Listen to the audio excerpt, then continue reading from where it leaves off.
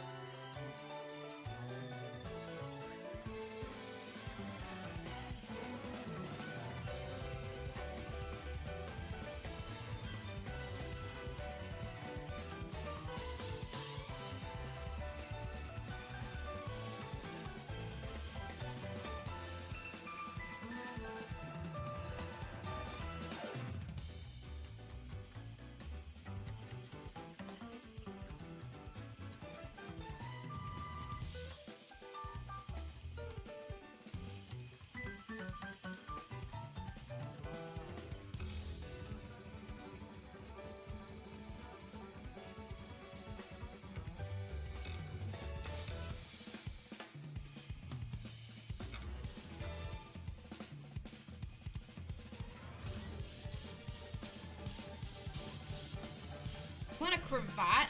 I'd have to find a cravat and then Photoshop one out. I'm not doing that. Fine. Maybe next week. I'm gonna put the badge back to normal because it's all pixely. There. You're dedicated enough to make me one? Aw. That's sweet of you. Alright. Welcome!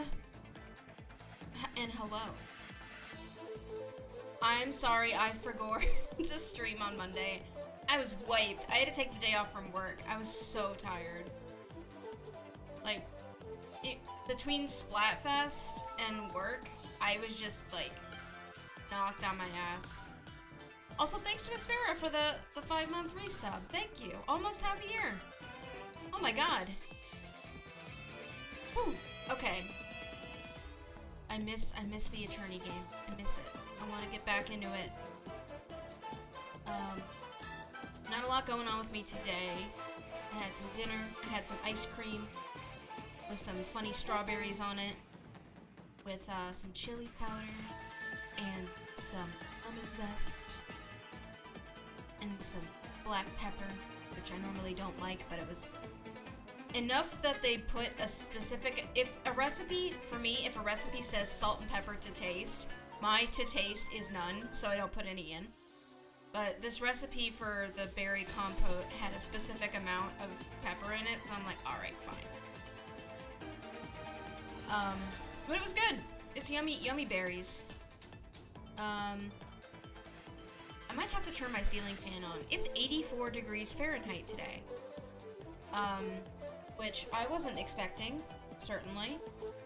Apparently in Vegas, I have a friend in Vegas, and they said that it was 50 degrees there. And I know somebody else in Canada, I don't know where in Canada, but it's 1 degree Celsius up there. So, nothing matters. It's all fake. You're wrapped in a blanket. Oh god. Well, we're about to get some weighty thunderstorms here, so if I suddenly die, like if the stream stops, you'll know what happened. But yeah, how about we get started? If you're new, welcome. If you're not new, welcome back. My name is Kat. I'm a VTuber, a variety streamer, and a little fella near a computer. I use she, her, they, them pronouns. You can use them interchangeably if you'd like. This is an 18+ stream, so if you're under the age of 18, you can't be here. Oh my god, I forgot to plug. I didn't even post on Twitter. Hang on.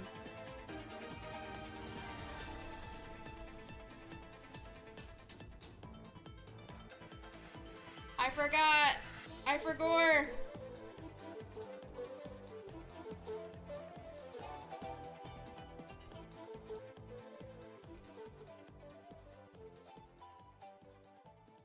Oh, right. On Discord, you have to use HTTP.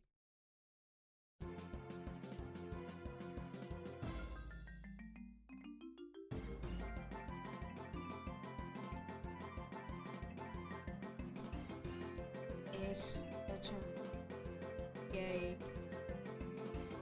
T plus.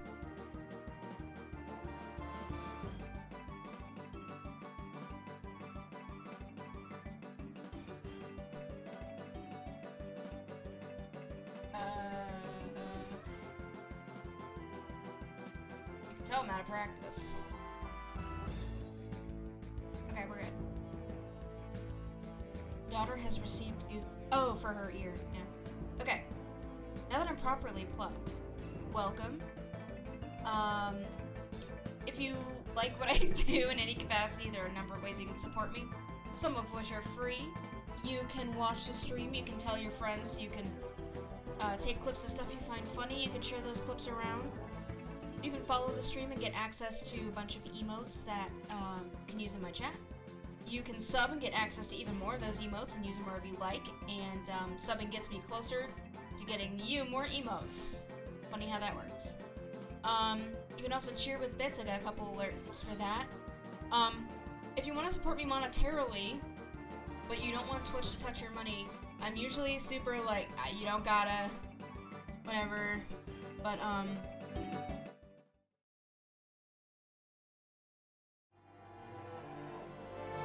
I have some news. Holy shit. Jim's pants don't fit anymore. They need more shorts. We need help. Please, whatever you can do. I made this alert way too loud.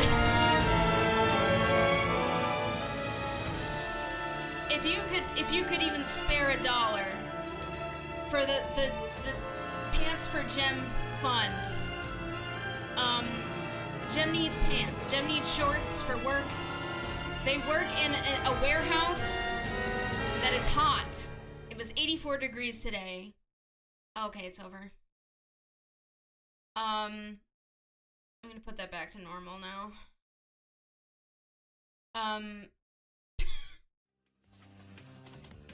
Jim works in a warehouse. It's very hot, and they don't have any shorts because the shorts that they did have don't fit anymore, and it gives them the swampy, and we don't want that. So if you could perhaps contribute $1 due, out of the kindness of your heart, to help us get them some shorts, it's highly appreciated. Not required of you, of course, but I do have the Pants for Gem fund down there if you want to contribute. Yeah, get some pants on my spouse, please. Okay, we're gonna be playing Ace Attorney, Justice for All. Quick content note before we start. This case seems to have a plot point that involves suicide. And they keep showing the damn thing on the screen. So if that's going to bother you, or not, I don't like phrasing it like that, but like, take care of yourself, alright? If it's not gonna jive with you, I would rather you take care of yourself than watch a funny little stream, alright? So, be careful out there. Alright, let's go. I'm gonna switch screens now. And I'll fix that alert later.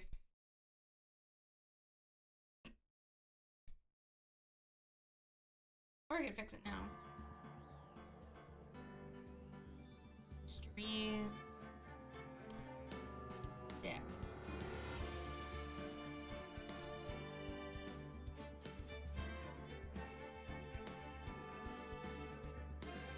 Is the Pants for Gem fund the tips link? Yes, it's the same. Here. There you go.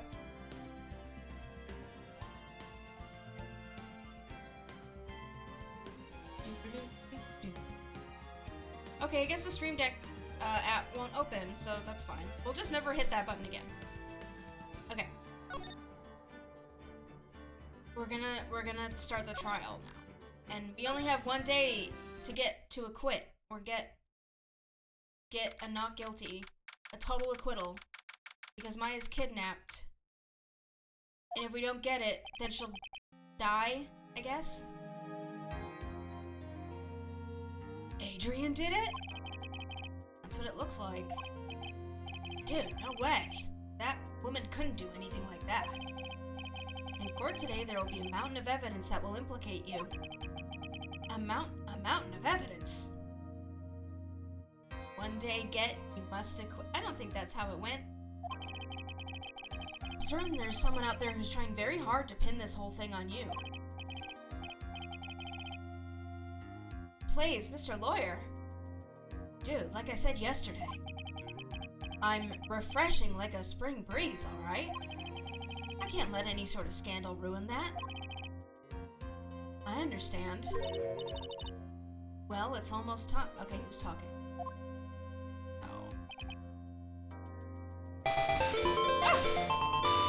Oh my goodness, thank you so much for the $10, Put pants on the spouse.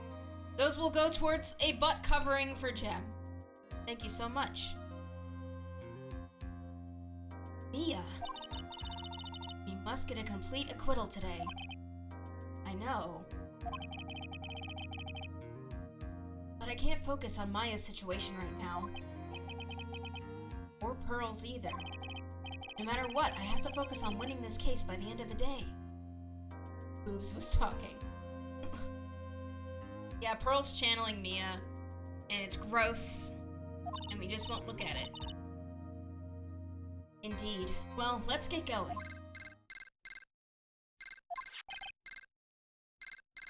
It's him. Beep. This is Wright. Good. This is it, Mr. Attorney. The day of the trial. Maya, she's unharmed, right? Well... When I checked on her earlier this morning, she seemed a bit, how shall we say, tired. Don't worry, people don't die that easily. Besides, what you should really be concentrating on is winning today's trial. Good. For my sake, as well as yours, you must win today's trial. Which is why I sent you a little present this morning. Oh god, I hope it's not like her finger. Present? What in the world would you want to give me? We'll figure it out once the trial starts. And even if you don't like my gift... Will this do, streamer? Oh my god, it's my very own cravat. Thank you! I'm gonna save this. Oh wait, it just opened it like... Hang on. I'm gonna paste this in Chrome.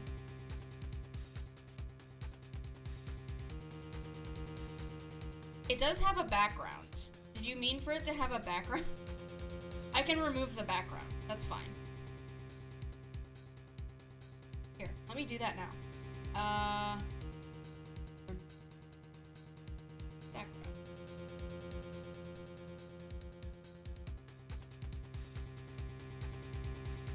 Go. Download. We're doing this on the fly. This is improv. Add. This guy. Oh my god, it's beautiful. Get out of there. Get out of there.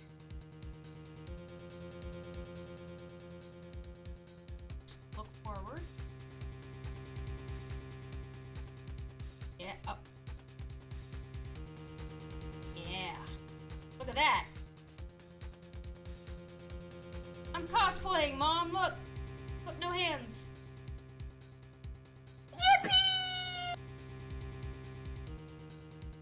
It doesn't take that long to do the finagling, I just needed to remove the background. It said it was transparent, but then when I opened it, it had a gray background, so I don't know what that was about. Anyway. And even if you don't like my gift, I expect you to graciously accept it and win the day's contest. If you please. Wait! Kidnapper sent me a present? Mr. Lawyer, dude? Who is that? No one. It has nothing to do with you, so don't forget you ever heard anything. Dude, did your nose just get longer? I didn't know I could do that.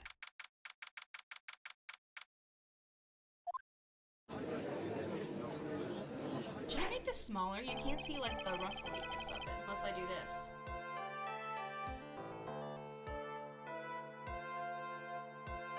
Now, Bugs. Make it smaller.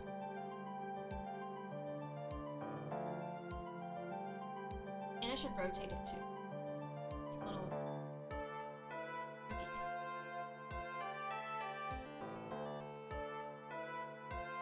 There we go.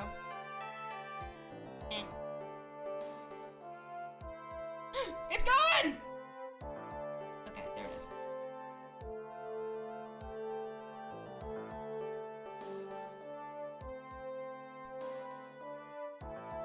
There we go.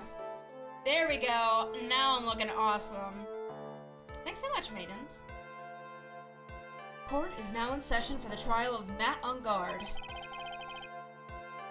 Are the prosecution and the defense ready?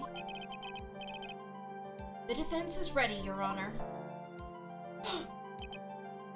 Oh my god, he killed her. I say, Mr. Wright, what happened to Miss Von Karma? I don't know, Your Honor. Why are you getting mad at me? Your Honor! Please be quiet, bailiff. Court is in session. If you must tell me something, please keep it brief. Now then, what is it? Prosecutor. Prosecutor Von Karma has... This morning...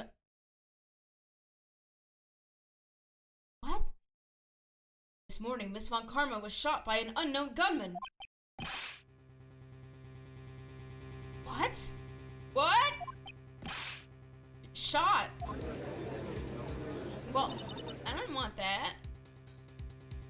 Somehow. Present. I think this is the present that man was talking about. His present? Miss Von Karma is one of the top prosecutors in the country at the moment. Assassin's gift. If she were to disappear, be to your advantage.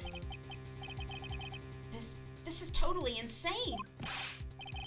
Miss Von Karma, is she alright? This is a bad present. I don't have that answer. She's alive and in stable condition. That's good. Ooh. Gun beats whip. Can you imagine her, like, whipping the bullets out of the air?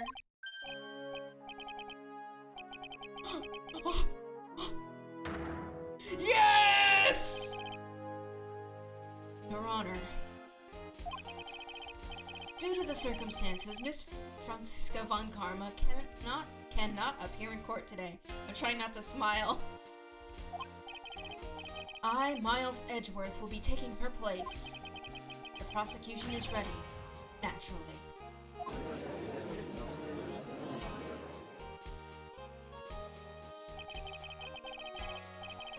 Miss Von Karma was shot in her right shoulder and is currently undergoing surgery. Luckily, I've looked this case over and am familiar with the details. The prosecution seeks to prove the guilt of Mr. Matt on guard. The court acknowledges the prosecution. My fruity self is present and ready. Right. I finally found the answer I was struggling for on my long journey this past year. I looked up Am I Gay in Google Chrome, and it sent me to a Quizilla quiz, and I took the quiz, and it told me I was Sasuke Uchiha. By the time this case comes to an end, you too will know the answer. Now then, the prosecution would like to call its first witness. Please bring Detective Gumshoe to the witness stand. Witness, your name and occupation. My name's Detective Dick Gumshoe, sir. Oh wait, yeah. I'm a detective down at the precinct. For now. Now? After this trial's over, I'm supposed to turn in my badge, sir. Detective Gumshoe. The prosecution has no need for a depressed witness. Okay. Lift your head up and face forward like a proud officer, Detective Dick Gumshoe. Yes, sir. Now, let's have your testimony. If we want to explore the various facets of this case, we must start with that. Get ready, Phoenix. This is going to be one very rough fight. Yeah, it would have to be with Edgeworth as my opponent. The answer he was struggling for. Interesting. Show me this answer you finally found, Edgeworth. I told you, Sasuke Uchiha. This murder happened after the Hero of Heroes award ceremony, sir. The victim, Juan Corrida, was found dead in his hotel room. After looking into the cause of death, we believe he was definitely murdered, sir. At first, we thought there was something suspicious about the empty guitar case. However, we later found that the guitar case had nothing to do with the murder. Okay. After the award ceremony ended, the victim was alone in his room? Yes, sir.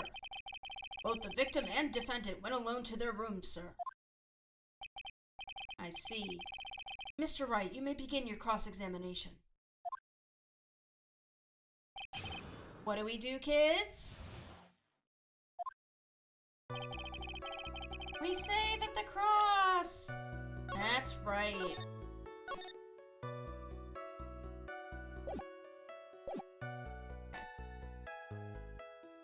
Press. Would you please give us a brief timeline of what happened after the ceremony?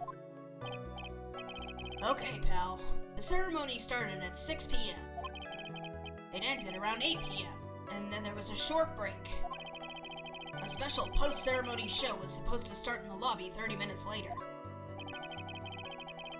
And that's when the victim's body was found, correct? Which is to say, the murder occurred during that 30-minute break period. Please continue with your testimony, detective.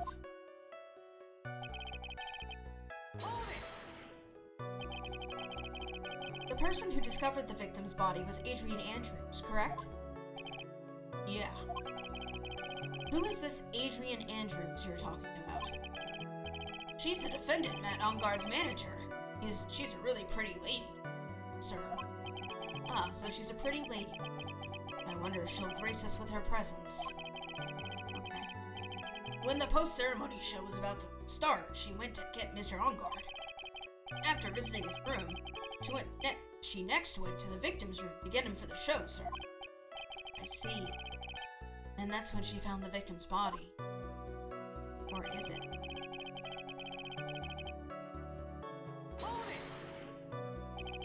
The cause of death. Wasn't that because Mr. Kurita was stabbed in the chest? Only a careless amateur would believe something so brainless as that, pal. Take a good hard look at the crime photo. I'm looking.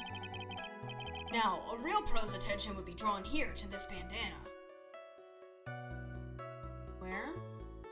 To what bandana? Oh, but wait. Oh, his neck.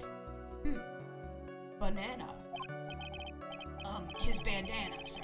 That's the thing wrapped tightly around his neck, sir. Ah, yes.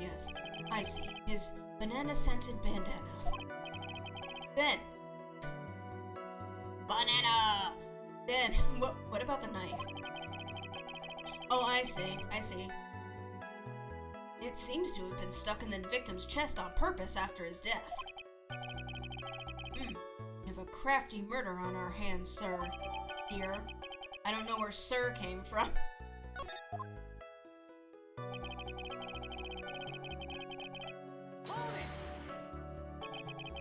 And why did you think that? Because it was empty, pal. The German ninja doesn't go anywhere without his bright red guitar. And we couldn't find it anywhere at the scene of the crime. Oh. Then how about this theory? A fan really wanted the guitar, did the crime to get it. How's that? We thought of that too, but... The only fingerprints on the guitar case were the victims. Only the victims, huh? I see. Well, so much for my theory, then.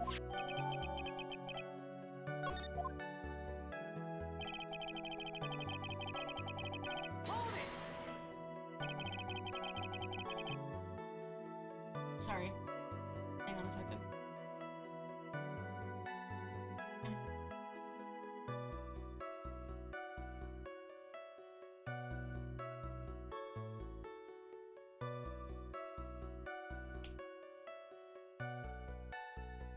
Nobody believes in gloves. Not here.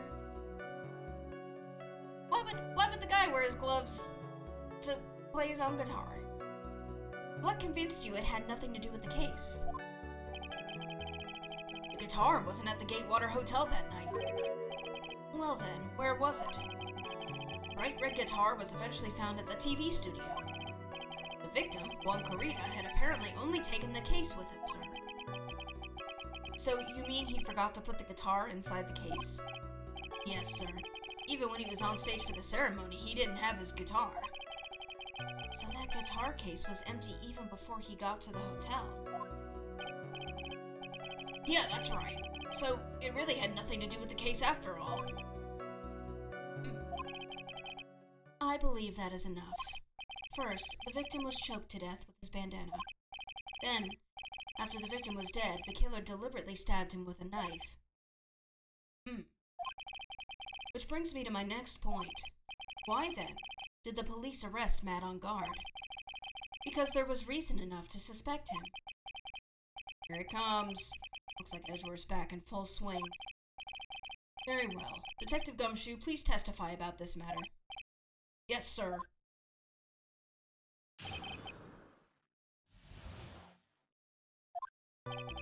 Matt on guard and Juan Carrito were huge rivals with each other. They each thought the other guy was in his way. That's motive enough in my book. As for evidence, there's the Jammin' Ninja's button. It was ripped off of the ninja costume, found in Mr. Ongar's hakama. Defendant's fingerprints were also all over the knife. Defendant bought the knife for the crime, which makes this a premeditated murder.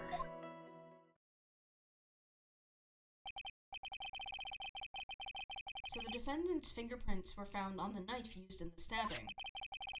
It was sort of sticky on the handle, so the fingerprints came out pretty clearly, sir.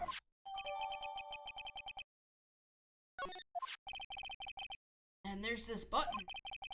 That was found in the defendant's clothes, was it? And is this button also covered in blood? Yes, and we know that the blood on it is the victim's blood, sir. What? All of this points very clearly to the defendant, doesn't it? Yes, it most certainly does, Your Honor. Ready to give in yet, Wright? Huh, I'll find the hole in your argument somehow.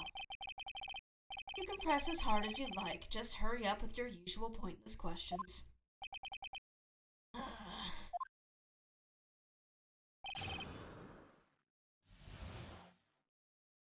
Say praise to... Come on, everybody. Put up your hands and sing hallelujah.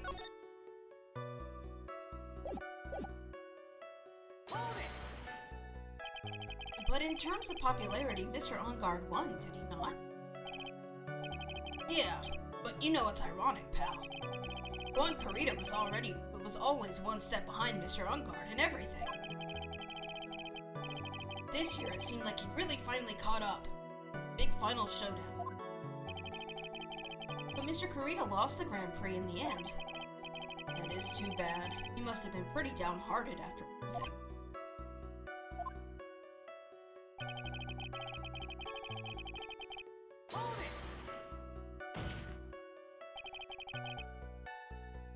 Wait just 1 second here. Mr. Ongard was beating Mr. Carrito in the popularity polls. Well, yeah, I guess, but... Which means that in the defendant's eyes, the victim was not a rival at all. Which means he had no motive to kill at all.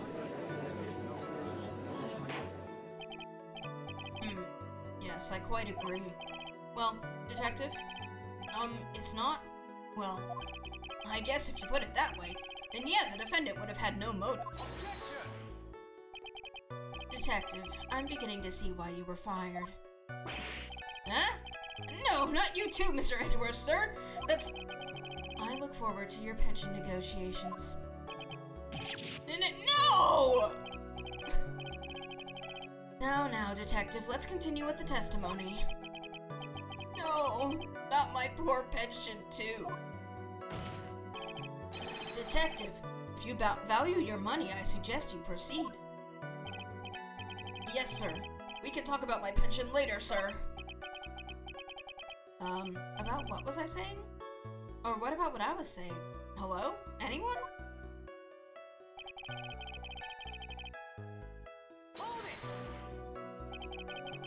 Do you have any proof that the button belonged to the victim? Huh? What do you mean, pal? Oh, let me put it this way. I'm asking you if you have any evidence to back up your claim that this button was ripped off the Jammin' Ninja's costume. Huh? But can't you tell just by looking at it? No. And the victim's blood is on it. Anyone could have smeared that blood on there afterward. Mr. Edgeworth, help me! Sir! Alright, I knew it had to be this piece of evidence. Now to reel this one in. Thread. Huh? The button was attached to the costume by thread, obviously. And that thread snapped when the button was torn off. If you match up the ends of the thread on the costume with the thread on the button, it's a perfect match. Yeah, that's it. They're a perfect match, pal. That's Edgeworth for you. Never misses a beat.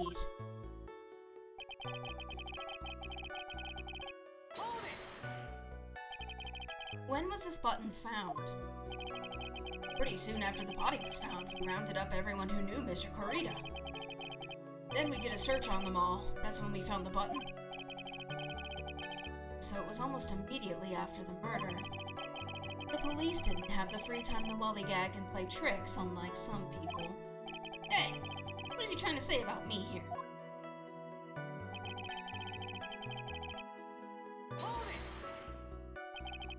How are the fingerprints arranged on the knife? Huh? What do you mean, pal? By examining the fingerprints, you can determine how the defendant held the knife. For example, did he hold it normally or overhand? Oh, is that what you meant? Well, we didn't actually think of that. I can't believe the bumbling of this department. Hopeless. Were you paying attention to the testimony, Wright? The defendant's fingerprints were all over the knife. There is no way to determine how the knife was held at the moment of murder. So is the defendant the owner of this knife, then?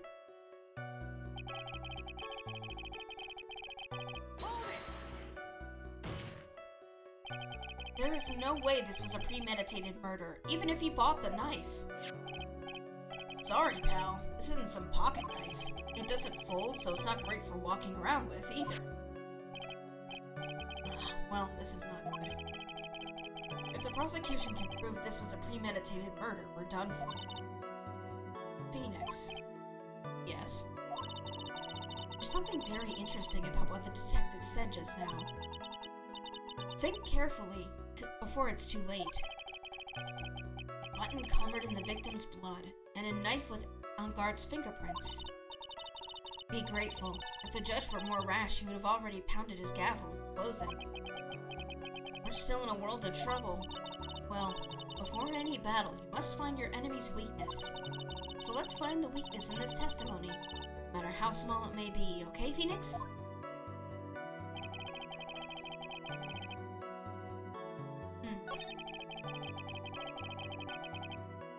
Just looking at what I have.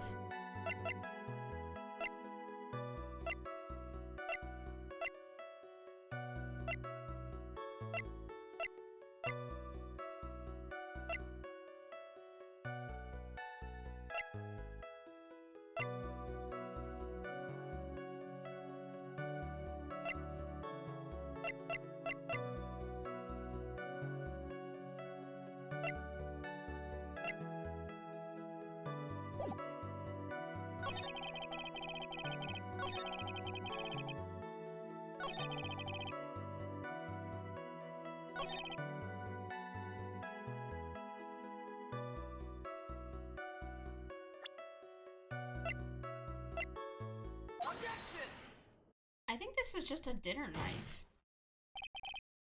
Wait a second. What? So the basis of your argument that this is a premeditated murder is simply that my client bought a knife beforehand? That's right, pal. The defendant did not buy this knife. Huh? Take a good look at the handle of this knife and you'll see what I'm talking about. Huh? It has a Gatewater seal set to the handle. Gatewater? I think I've heard that name somewhere before. That's the name of the hotel. The Gatewater Hotel. Uh-oh. The murder knife was actually property of the hotel, which means this murder was not premeditated. Yes, that is very true. This is a very big...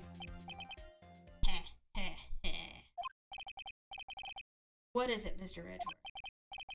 I'm sorry, but the defense is simply too careless. What?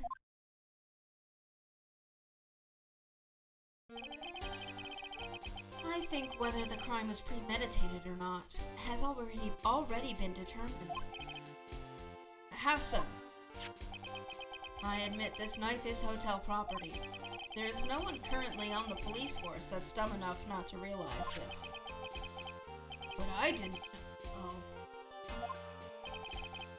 The question is, where did this knife come from? Why, that's obvious. It came from the victim, Mr. Kurita's room. Sorry, Your Honor, but that is incorrect. The victim ate a last meal before he was murdered. With that being the case, I'd like to draw the court's attention to what is on top of the table. A knife. There is a knife and fork on the table. Then, where in the world did this knife come from? If it pleases the court, I would like for us to recall the room of the defendant, Mr. Matt Ongar. It's missing, especially what was on top of his table. There is something missing. Perhaps it is a single knife? We investigated the leftover dishes for fingerprints, and while we were investigating, we came to the conclusion that Mr. Matt Ongar's knife was missing. Mr. Ongar had gone to the victim's room with the knife he had used during dinner. Why would he carry a knife on a visit? To kill, of course. And with that, I believe the prosecution is proven. This was a premeditated murder.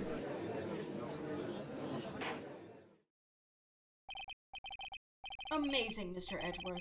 Absolutely brilliant. A brilliantly clear deduction. It seems like Edgeworth had this planned from the very beginning. This must be one of those traps, and I just walked headlong into it. A murder weapon with fingerprints and a button from the victim's costume. There's quite a sizable amount of evidence here. I can safely say that any further deliberation is a waste of Your Honor's time. Although, I wouldn't mind if the defense were to present evidence not yet shown to the court. Evidence not yet shown. He means evidence that the court hasn't seen yet. In other words, new evidence. What does the defense have to say about this, Mr. Wright? Well, Phoenix. Judge is favoring the prosecution right now. If we answer with something wrong here, that gavel of his will be ringing out to the sound of our defeat. Mr. Wright, do you have something important and necessary to present to the court? Yes. Yes, I do. One piece of evidence that catches my attention. Something that this court has yet to see. Mr. Wright, I will say this one more time. I do not feel this trial needs to continue at all. However, I am giving you one chance, and only one. Here we go!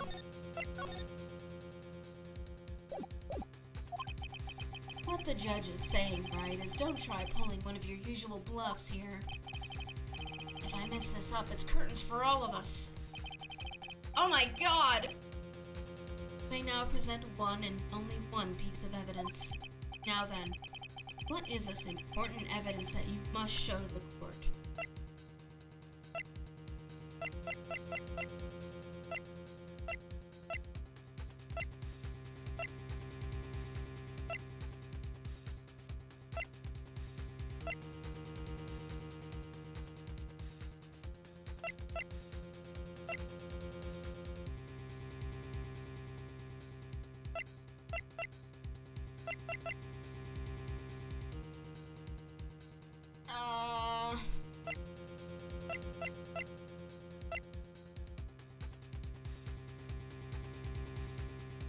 The thing is,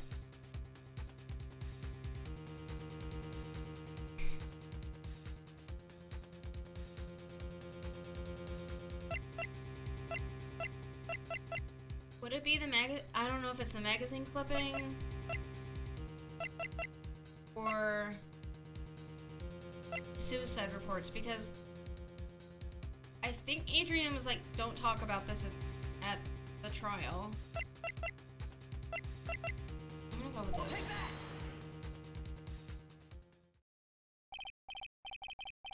Sorry, Wright, but this time your bluffing steered you wrong. Okay.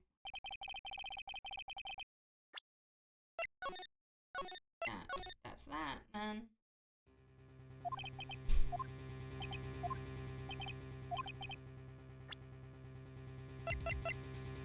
The perfect run.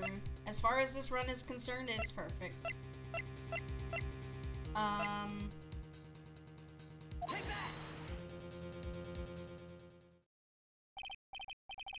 No!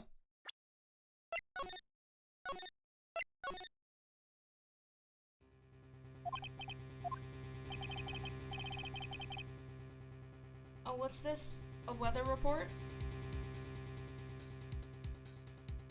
Severe thunderstorm warning. Expires in 24 minutes.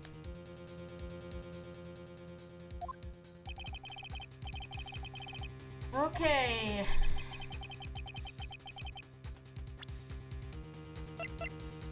My badge. No.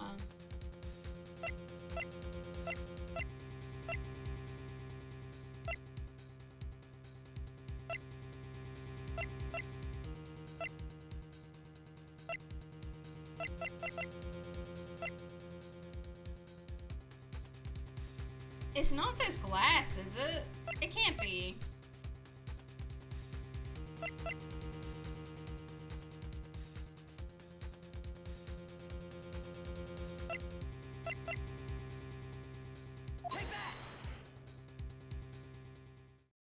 Fucking hell.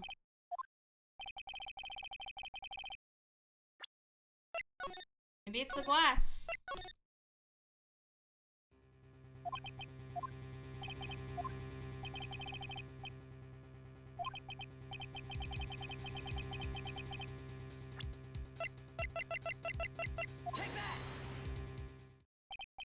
Oh my god. Oh, sure. This is a wine glass, is it not? Not really. You presented the same thing twice in a row. No, I didn't. I presented one suicide report and then the other suicide report. But they both didn't work. Also, it's not really a wine glass. It looks more like a hurricane glass. Or like a parfait glass or something. Like, I wouldn't put wine in it. Please look at the photo of the crime scene once more, or one more time. The scene is a mess because of the victim's struggle against his assailant. The vase was broken. His makeup is all over the floor. These were all things that were at one point sitting on top of the dresser. Well, yes, I see your point. However, this glass that is sitting on top of the dresser is mysteriously untouched. The only thing that had not fallen over along with everything else is this wine glass. Again, I would not put wine in that. This piece of evidence is more than strange enough to warrant further consideration.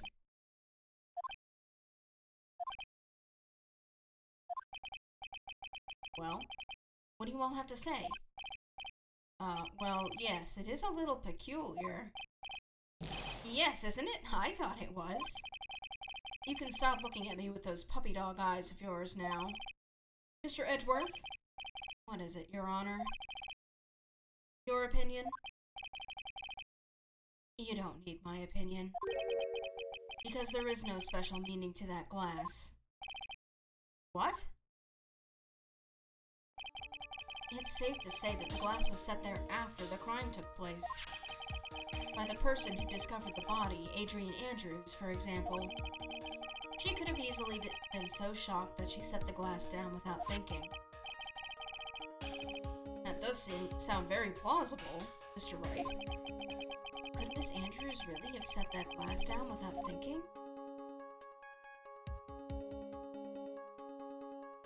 No. If I appear weak here, the trial's over. can look for my proof later. For now, I should trust my instinct and point with certainty.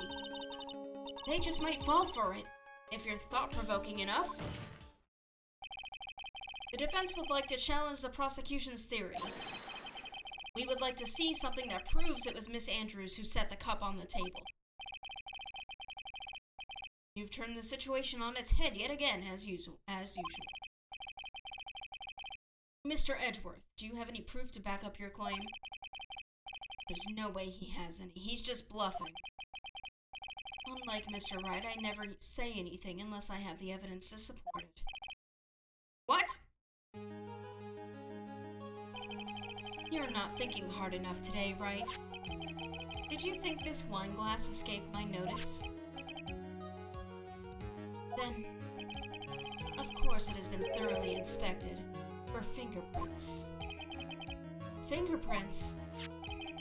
There were only one set of fingerprints left on this wine glass. Only one? Well, whose were they? They were not the victims nor the defendants. Rather, they were of one Adrian Andrews. What? That is why I said that the person who had discovered the body had left it there. Are we done here, Mr. Wright? I can't believe I fell into another trap. Miss Andrews was probably holding the glass when she went to see Mr. Corita.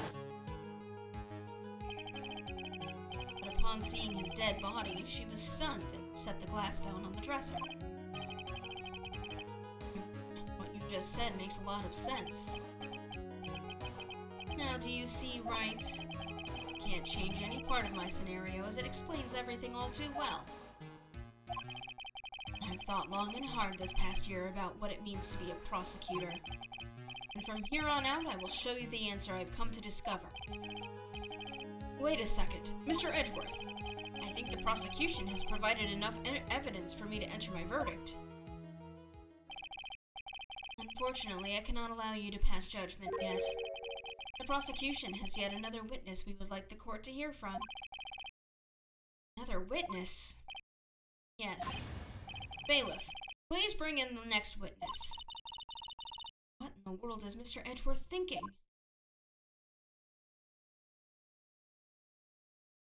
Oh no.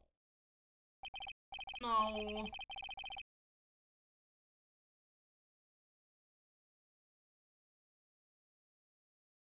Now then, witness, please state your name and occupation.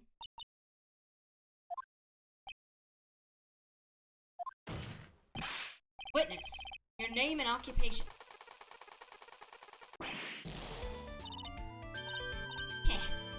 Gotcha!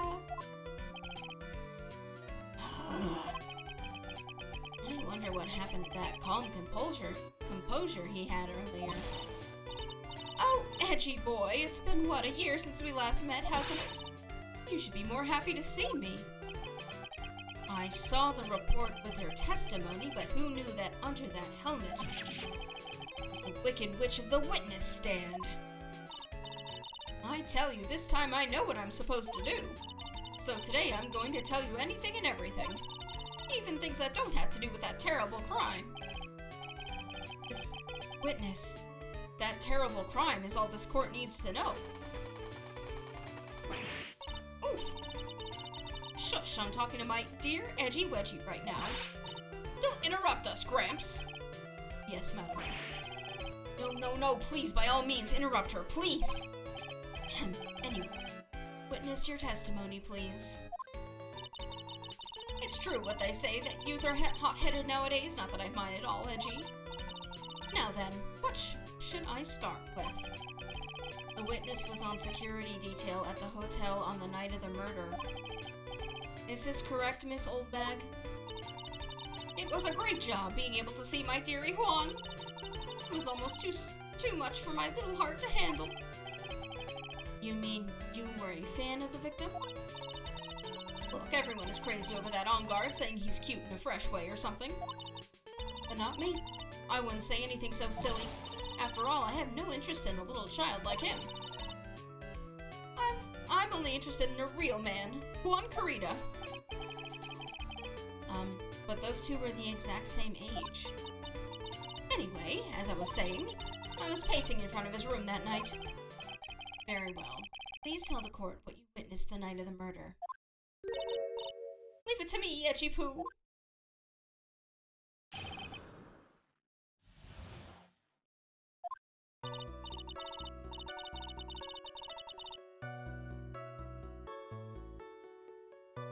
Anyway, after the ceremony, I went to pace around in the hallway in front of his room. Something I was interested in finding out, you know. Well, since I was on the job, I made sure to keep a good eye out the whole time. That's when someone showed up. It was a man coming out of poor Juan's room. He was on guard. Matt on guard. He was trying to sneak his way out of Juan's room. So Mr. On Guard came out from the victim's room. See, it has to be him. He's the murderer. I see. Well, Mr. Wright, you may begin your cross-examination.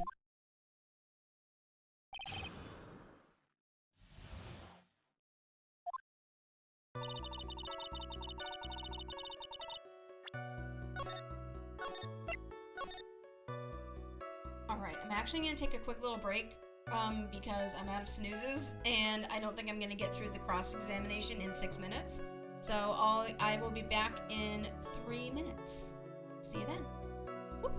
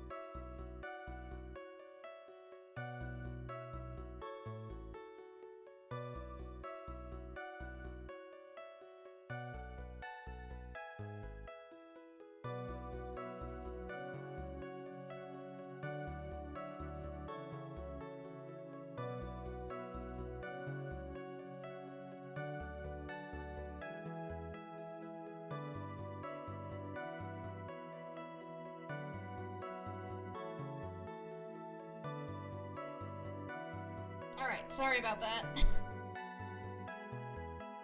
Okay. Thank you for your patience. It remembered that I used all my snoozes the last time I streamed, so it didn't let me have any this time. Oh yeah, I read all this already. Okay. Miss Oldbag, what was your post on that night? The lobby. I was supposed to help set up the stage for that trifling show. But I refused to help, I'll have you know. It was for that lead-headed samurai show. I even took out a few of the nails. Maybe it was a good thing the show didn't go on. Besides, that manager with the glasses seemed to be working hard at it without me. So I thought I'd take a break and spread my wings a little. And that's when you went to hang around the victim's door?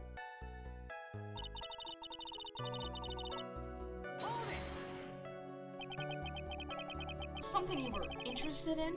And just what was that? It's not some little thing I can just go around telling everyone, you know. It's top secret, between me and Juan. And Edgy Poo, of course. Mr. Edgeworth, what is this thing she was interested in?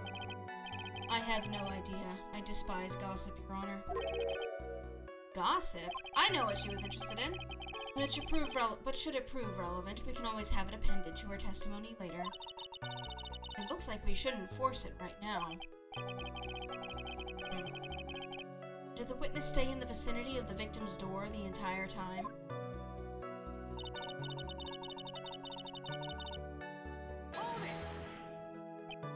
Oh, then would you tell us the number of people who went in and out of Mr. Corita's room? I have no idea. I wasn't born so I could count things for those who didn't pay attention in class. That's why ever since I turned 20, I quit keeping track of how old I really am. God, me too. Yes, well, that would explain why your age was not included in the report. In any case, the witness then saw someone, correct?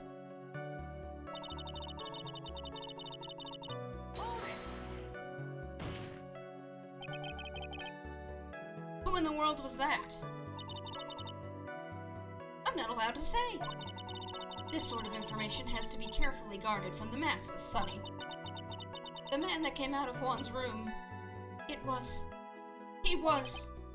Yes, he was. Ah, I'm too scared, I can't say his name out loud. Oh, what I wouldn't give to have Francisca's whip right about now. Well, I guess I can tell you, since he was such a bad boy anyway.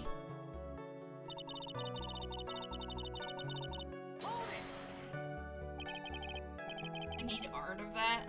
Or getting hit with the whip. You saw my client? Are you sure about that? Yesy? Really? Annoying brat! When I say I saw someone, I saw that person! How do I get a sense of deja vu? Maybe to avoid a repeat of last year, I should delve into this a bit further.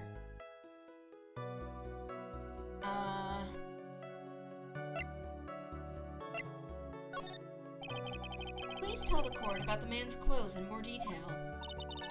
What a troublesome man you are. Really, as if something like that matters. But it does. Now what was it? Oh yes, it was that thing. What thing? That gaudy thing he's always wearing, that racing jacket. He was wearing that at the detention center, too. That thing's meant for nothing but seducing women out of their pantaloons. Humph! Men. Okay. Right. So, Mr. Wright, was this testimony just now important or relevant in any way?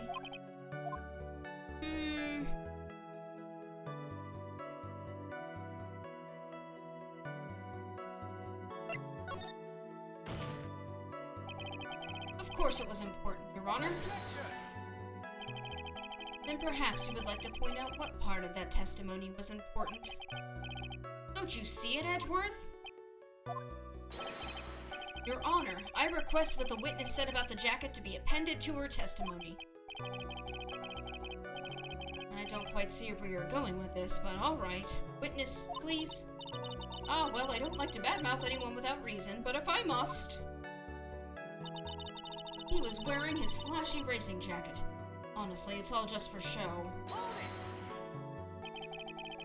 Are you sure the defendant was wearing a racing jacket? What do you think? It's not like I've seen him in anything other than that horrible thing. I'm sure he was wearing it. She is so sure of herself that it's to the point of self-absorption. She may not remember things or be mistaken here and there. I don't think she's lying. That's bad for us. Really bad. But that's how the human mind is. It also has the tendency to jump off topic. She strayed onto a few interesting side topics this time too, hasn't she? But that's what makes her a sweet old lady, right? That's because you're not the one who has to question her. Anyway, after the ceremony, I went to pace around in the hallway in front of his room. Miss Oldbag, what was your oh, wait. Oops.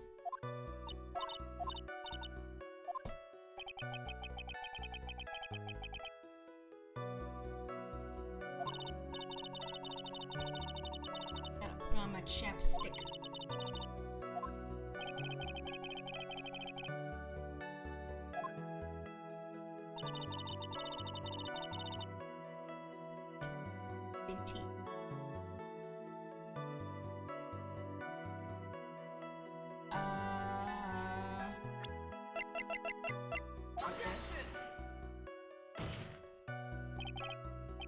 Come on!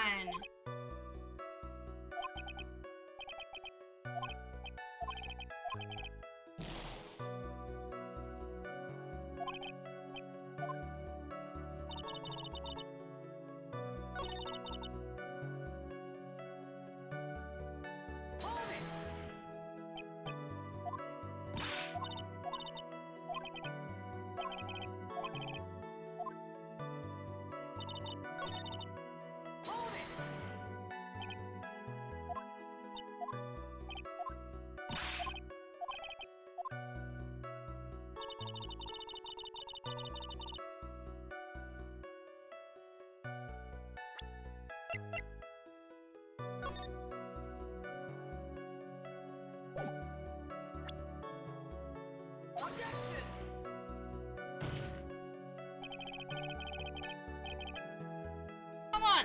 No, he would be wearing his fucking costume. This is bullshit. He would be wearing his costume, wouldn't he?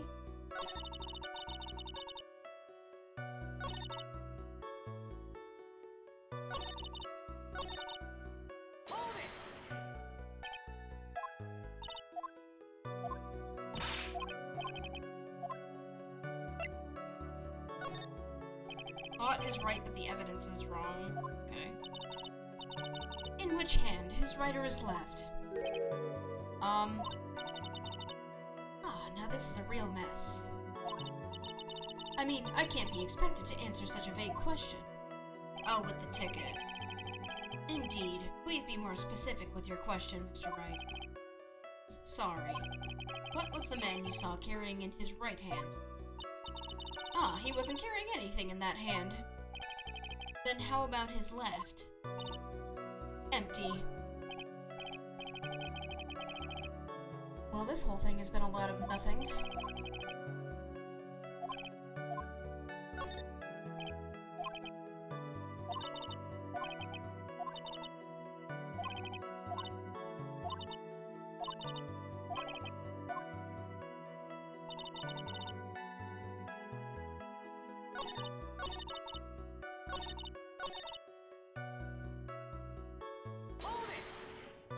So, I need to add that bit to her testimony. I'm just gonna do the close bit again.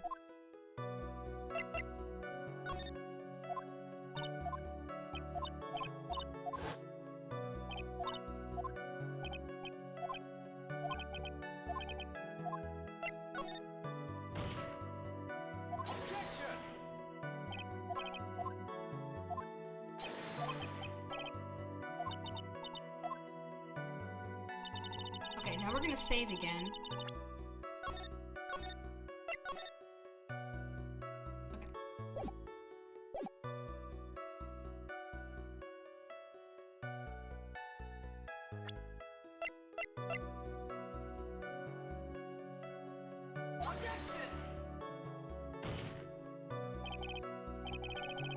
Never mind. How can I prove he was in the costume?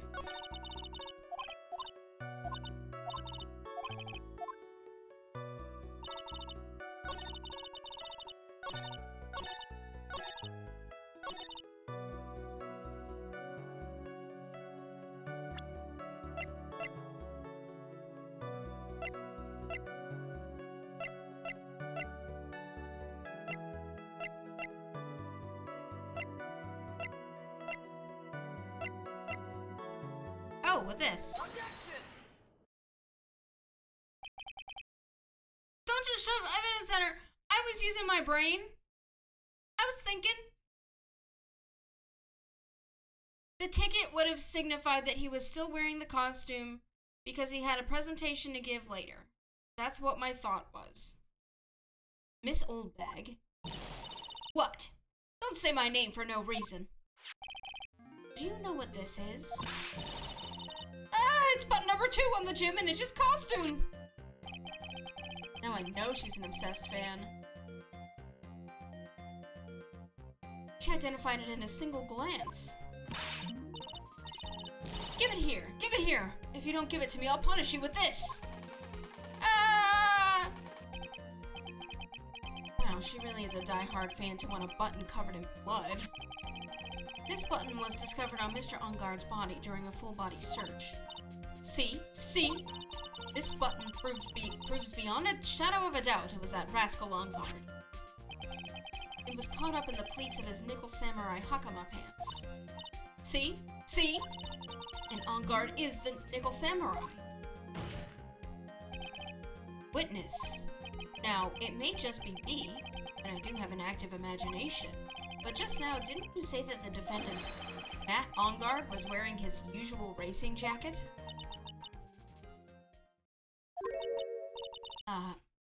I'm so sorry. Sorry that you judge people based on what they wear. If I wore the trendy, this outfit is hideous, right? I've got a tape recorder stuck to my chest. Let me tell you, it's heavy. So heavy, I wish I could switch to CDs ages ago. Kept the dream alive on all those kids out there. I work hard to understand now. Take a look in the mirror. Your clothes are about as interesting as documentary on curling. You take a tip or 10 from Edgy Poo. Now he's got style. Rat-a-tat-tat-tat-tat. Now hold your tongue still there for 1 second. So what you saw in actuality is not Mr. Ungard, the man, but Mr. Ungard, the nickel samurai. But when you think about it, they're really one and the same anyway. Miss Oldbag, this is a very important point we're talking about. Edgy Poo, do you think so too? Well, it might be something worth considering. Just say it's important and agree with me for a change. Witness, think carefully and try to remember as much as you can before you testify. All right, if you insist. I should be the one sighing, not you.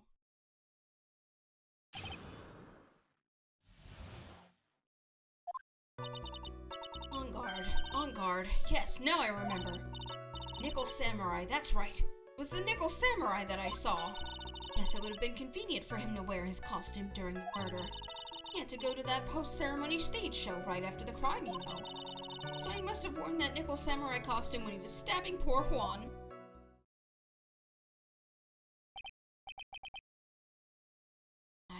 I knew it. I knew you'd say he was inside that costume. What? Did you think there could have been someone else inside that costume? Don't be a bad little boy thinking such rude things. But the possibility does exist. Aw, youngins today, I told you there's no way it was anyone else. How do you know that? Because I said so. What I say is the truth. She's just as delightful a witness as she was a year ago. Mr. Wright, you may cross-examine the witness.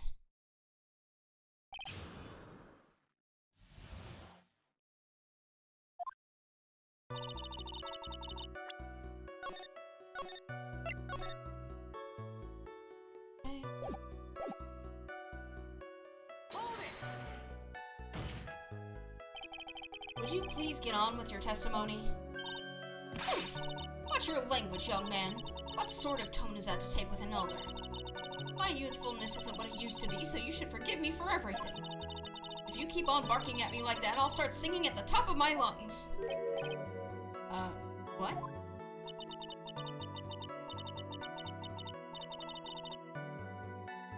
I don't know what that's supposed to sound like, so I'm not going to sing it. She's actually singing. Someone help my poor ears. Mr. Edgeworth, can you please do something about this racket? Witness, I'll give you a piece of gum later if you'll be good and stick to just the facts. Okay! You promise, right? Right, I'll be sending the bill for the chewing gum to your office at a later date. I'm going to send you a thank you note later too, Edgeworth, old chum.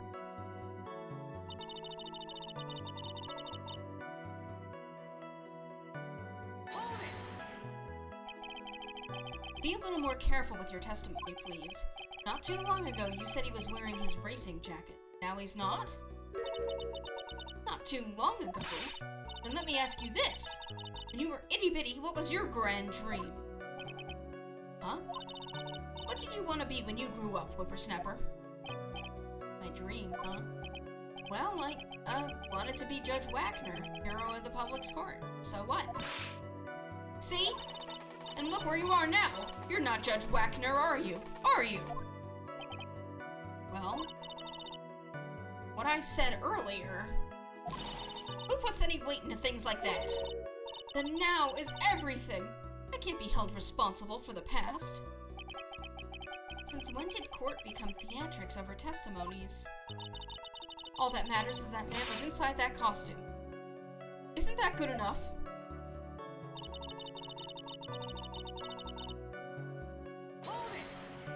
I got an achievement for that.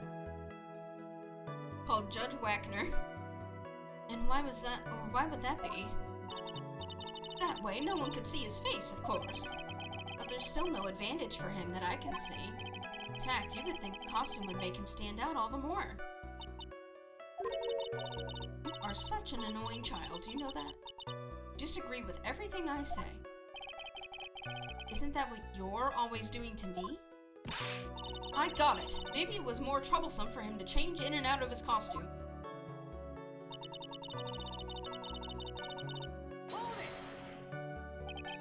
Was there anyone else scheduled to appear at the post-ceremony show? Well, all the contestants were supposed to go on stage in a friendly gesture thing. And that included the Jammin' Ninja?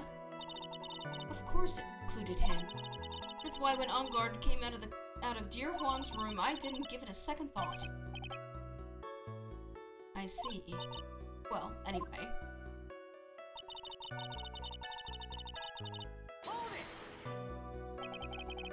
So let me ask you one last time.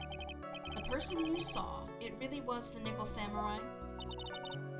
As showy as ever. Haven't I been saying that from the very beginning? Can I throw in the towel yet? You don't need to think too hard on this one. Huh?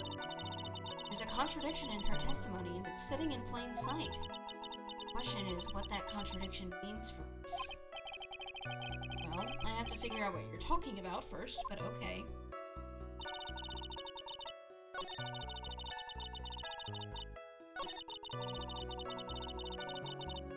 Oh, I'm gonna save again because I got an achievement.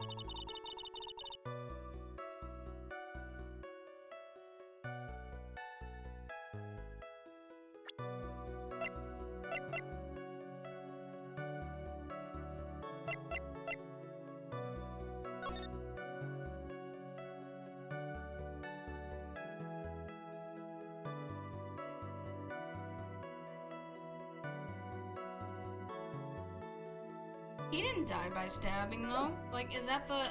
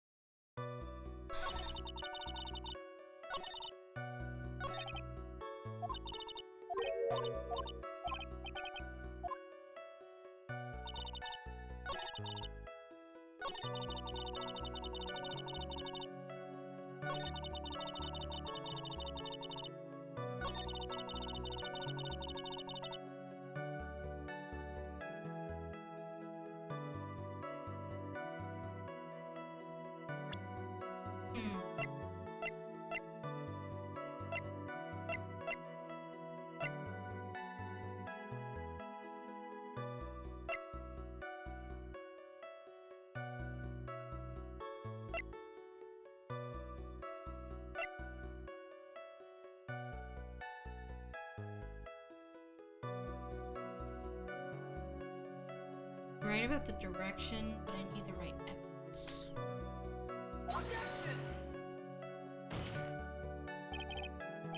Nope.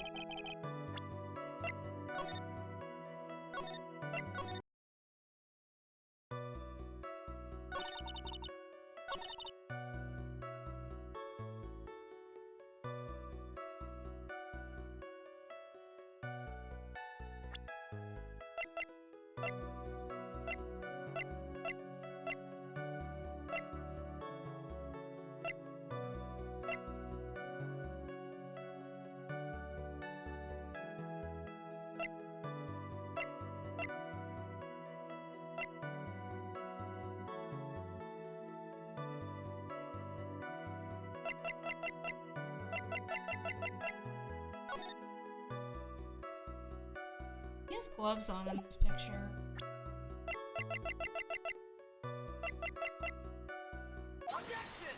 Thank God. Please take a look at this.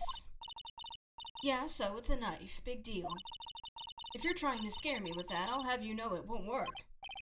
No, that's not my intention at all. That's the knife that was used in the murder, correct? Your Honor, do you know why this piece of evidence is important to this case? You don't even have to ask. It's because the defendant's fingerprints are on it. Is that what you're driving at? That is exactly what I'm driving at. What are we driving at? And whose car are we driving? If Mr. Engard was really in the nickel samurai costume at the time of the murder, then it's impossible for his fingerprints to have been left on this knife. Actually, he would have wiped off the previous fingerprints of this knife right off. Oh, that's right, the nickel samurai wears gloves, doesn't he? He probably took his gloves off before he began the stabbing. And why would he do something like that? To leave his prints on the murder weapon? There is no way he would do something like that. However, there is one possibility. Then let's hear your possibility. It's very simple. The defendant went to the victim's room while in costume as the nickel samurai. At that time, the defendant held no intent to murder. He was probably just going to relax and talk with the victim about the stage show. Which is why he took his gloves off. The murder still did take place. It's well known that there was bad blood between the defendant and victim. Yes, I've heard that before. Well, Mr. Wright, what do you have to say about Mr. Edgeworth's theory? So, let me get this straight. Edgeworth's theory goes like this. The defendant went to the victim's room. He had no intention of killing her. Now, up to this point, are there any problems with this theory?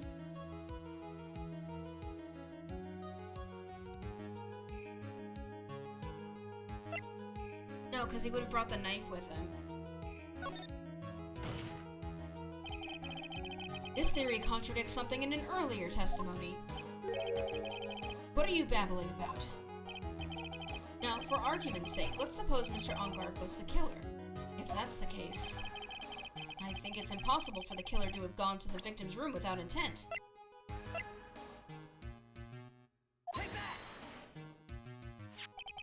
This knife. But this was used by Mr. Engard at dinner. Yes, we did establish that.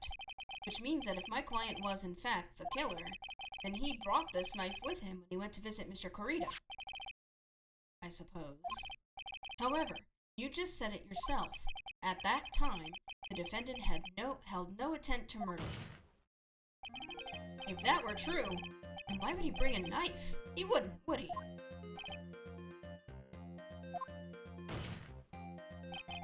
Which means, Mr. Edward, your theory was flawed from supposition 1. From suppository 1. And one more thing. If the murderer was wearing the costume at the time of the murder, then there should be glove marks left on the knife. Which means the defendant's fingerprints shouldn't be all over it like bees on a hive. And that brings me to my final point. This knife was planted by the real killer to hide their identity and mislead us. Order! Order, I say. Order in the court! Was this knife really planted by the killer? Why would the murderer do such a thing? To frame Mad Engard. It's to frame my client, Mr. Engard, of course. To frame... Aren't you forcing the interpretation just a little too hard on this one? But we just established that the witness saw the Nickel Samurai in costume, and if that were true, then there shouldn't be a single fingerprint on this knife. Ugh. Witness! Looks like I've made your life a tiny bit more difficult, huh, Edgy Poo? Witness, did you or did you not really see the Nickel Samurai? Well, I guess at first I might have forgotten, but... Are you saying you mixed up Mr. Engard with the Nickel Samurai, his character on TV? But I mean, I can't really do anything about that now. Look, I was waiting around in front of their doors because, well, I wasn't waiting around for the Nickel Samurai, that's for sure. She wasn't waiting for the Nickel Samurai. Alright then, who were you waiting around for then? That's top secret to anyone outside of security. I have a feeling that you were waiting for Mr. Juan Kurita. Am I correct, witness? Ha ha ha. The way you think, you are a sad amateur with a terrible case of nearsightedness. Amateur? What am I an amateur of? So Old Bag was waiting around in front of the victim's room. But it doesn't sound like she was waiting to catch a glimpse of Mr. Kurita. Maybe... Phoenix! Maybe the Old Bag was waiting around for that person. If it's what I think me is hinting at, it's certainly possible. Miss Old Bag, you were waiting for this person to come out of the victim's room, weren't you?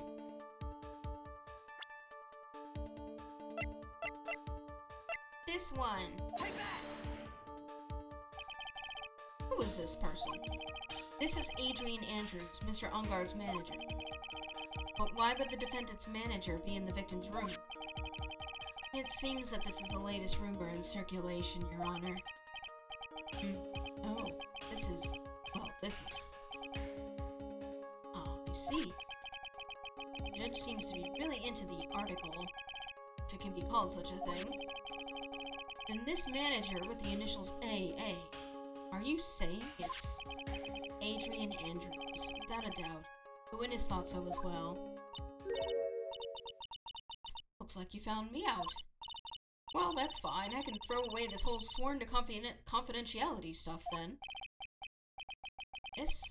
What in the world are you... Watch out, Phoenix. I've got a bad feeling about this. Very bad feeling. I've got some information. Some very secret information from a certain source. So that's why I was doing my own little investigation. In secret, of course.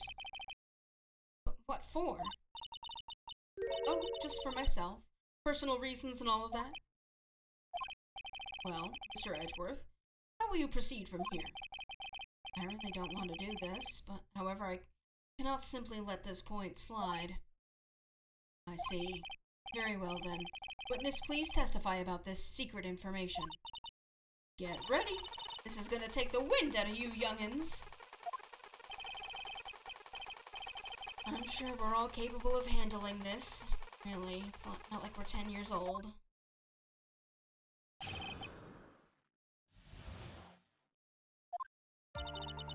That on guard is one evil, evil man. He thought he could ruin poor Juan by causing a huge scandal. So to do that, he sent his own manager to get in close with Juan. I cannot condone such dirty tricks, so I took action. Oh, and this is top secret. You got that? Nobody else but you and me know yet, okay? The defendant sent his manager? What a distasteful topic for this court. What? Nobody's above gossip. And isn't there a saying? The truth is never pleasant. Never heard that one before. Mr. Edgeworth, what about this Adrian Andrews person? We have looked into this matter and found that the truth the article proposes is, in fact, baseless gossip. But should this be true, this proves the defendant did bear ill will towards the victim. So this means I have to smash this rumor once and for all. Now then, Mr. Wright, you may cross-examine the witness. Be careful. The old bag seems rather excited right now. That's right! On guard is nothing but your average foul-blooded youth! Well, as the old saying goes, you gotta burn old bags with fire. What? Fire up the afterburners and hit the highway to the danger zone. Highway to the danger zone. Okay.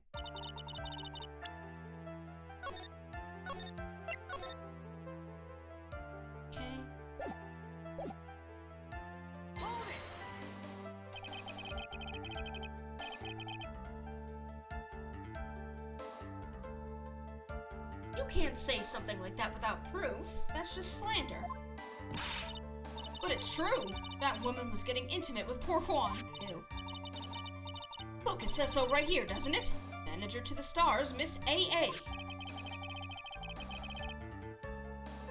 But the name of this magazine, the magazine this came from, is Gossip Land. What? Are you saying that gossip is all just a pack of lies? What do you know? I suppose you'll swear to me that the news is 100% truth.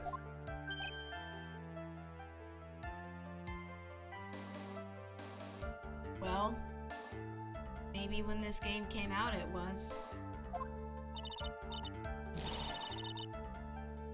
Honestly, Sonny, you can't discriminate between the news and gossip.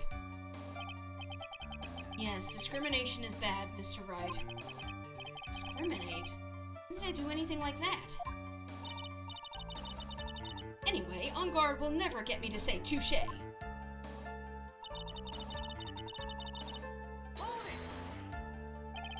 A scandal? What do you mean by that? You're a dim-witted one, aren't you? I can't believe you don't know what a scandal is. Honestly, what are they teaching kids in middle school these days? No, I wasn't asking what the word scandal means. Even I know that much. Well, that On Guard thought he could own a monopoly on popularity.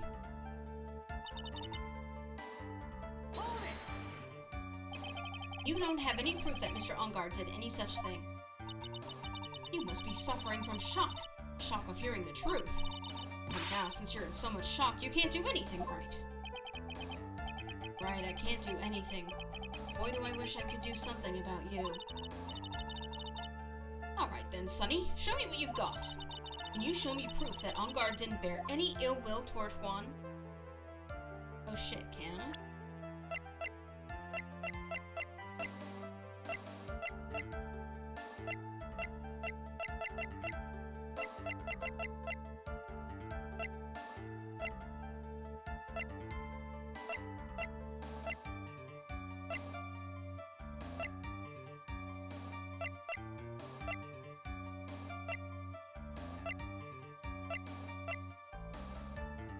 I don't think I can.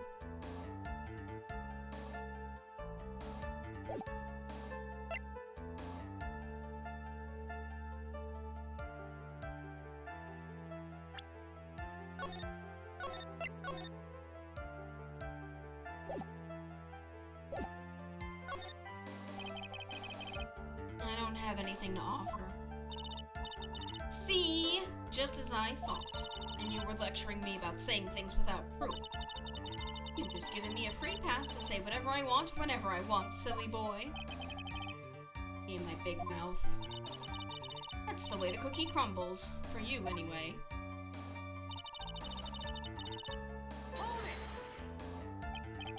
So, what do you mean by I took action? Like I already told you, I was lying in wait close to the crime scene.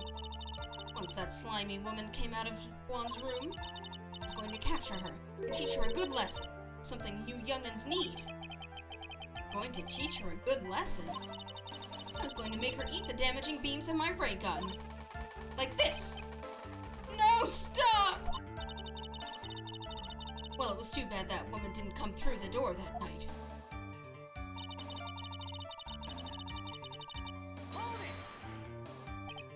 Wait. What? I'm a busy woman. Tea time with the kids is over. Secret information that no one else knows yet. If that's true, then how do you know this secret information? I can't believe they let her bring a gun into the courtroom. That's a good point. Even if it is a toy, like, we should treat them the same. Huh? Well, that's because I'm a pro. Yes, that's it. It's a secret. Even if you drill a hole into my brain, you'll never find out. How in the world did that old bat get such a secret piece of information?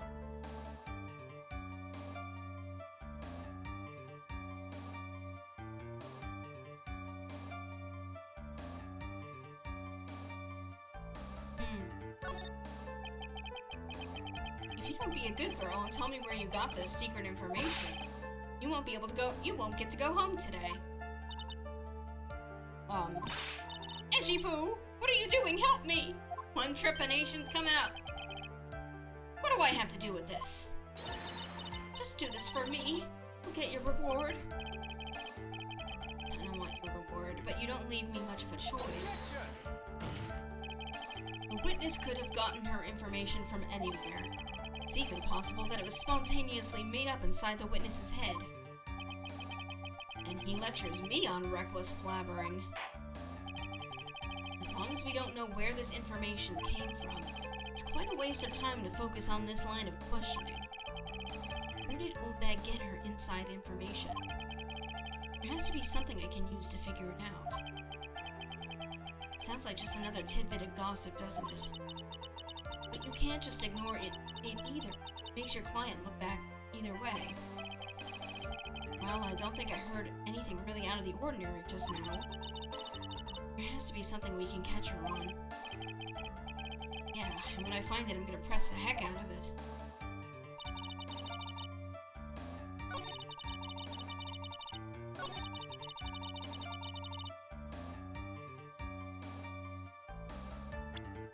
I'm just looking at what I've got.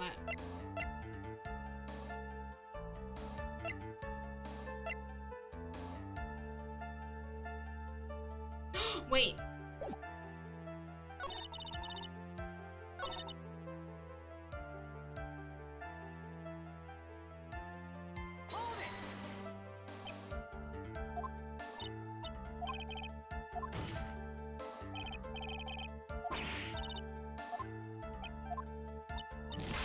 I forgot that article was like written in the camera case.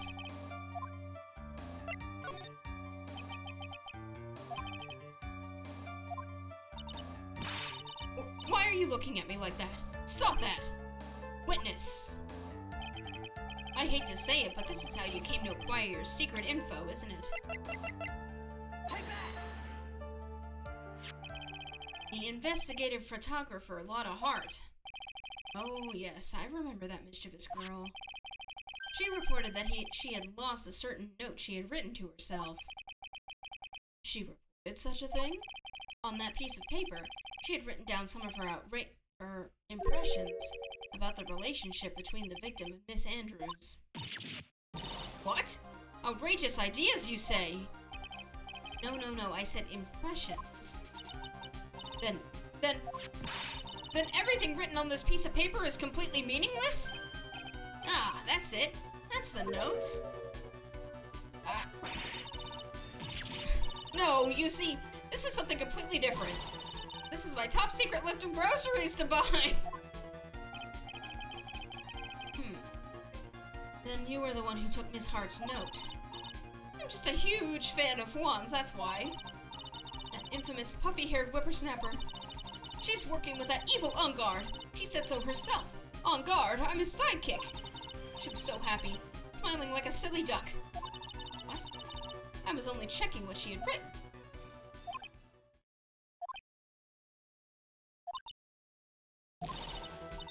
Edgy Poo, you believe me, don't you?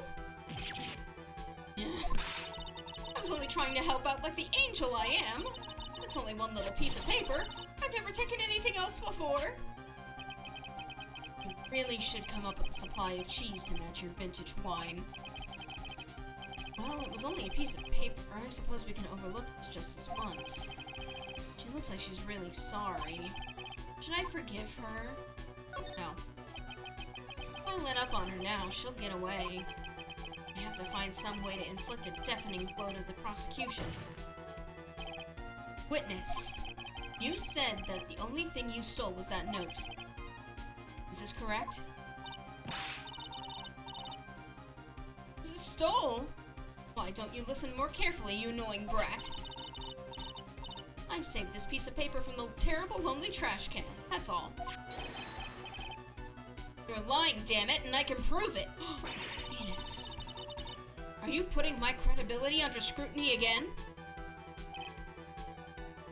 Miss Oldbag. I don't believe that the note is the only thing you stole that night.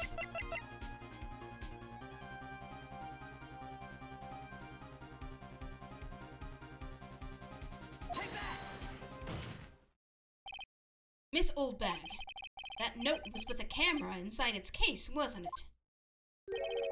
A camera? Yesterday, Lotta Hart was raising a huge stink over her camera. She kept saying something like, my sweetie $1,600 camera disappeared on me.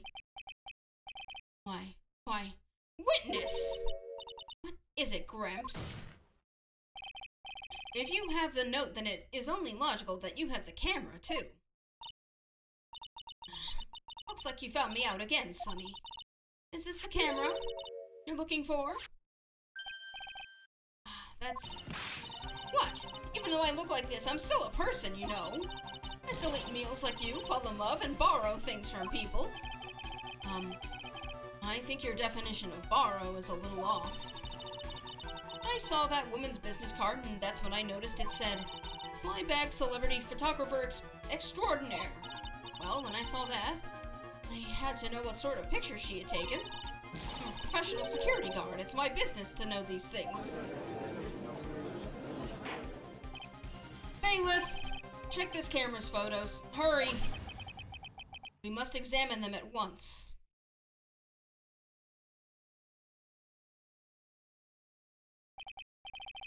Well, Mr. Edgeworth, what do we have? There's only one photo that seems to be relevant to this case. Please present it to the court. Oh my god. This is the Nickel Samurai! See, I told you, that's the guy I saw. This proves that the witness was not lying earlier about this matter. What does all of this mean, Mr. Edgeworth? This photo by itself does not prove that the person in it is the defendant. However, in his own confession, Mr. Ongar clearly stated that at the time of the murder, he was still in his Nickel Samurai costume. If that is the case, then this Nickel Samurai is the defendant. How did it come to this? I think this brings us to the end. We've examined every piece of evidence thoroughly. Final comments, Mr. Wright? Or we'll consider them before we close. Do you agree that this photo is decisive evidence against your client? If this photo really is decisive, then we're done for. But if I raise an objection here and blow it, then I would put Maya's life in jeopardy. I can't make a mistake here. There's only one road out of this mess. And it's saving...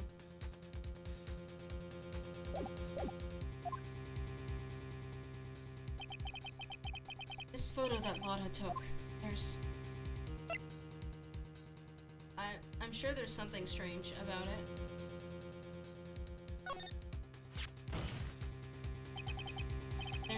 There's something strange with this photo. I knew this was coming, Wright. Your thoughts, Mr. Edgeworth? I think we can all agree there is nothing strange with this photo. There's no way for the defense to debunk this photo, even with a bunker buster. Debunk with a bunker buster? Is that what you're planning to do, Mr. Wright? Yeah, it's in black and white. What year is this? Well, it's apparently a year we can bring a toy gun to court. Anyway, please look at the photo one more time. If you really believe that you can honestly find something wrong with this photo, then you should only need one chance, correct? Sure. Well, I have to find something wrong with this photo. I can't let this chance go by. Where in the heck did she take this photo from, anyway? It's all out of focus. Why can't you take a good shot, especially when it counts? Now you've locked yourself out if there's nothing strange. Shit. Now, let's hear your objection. What about this photo is strange? Well...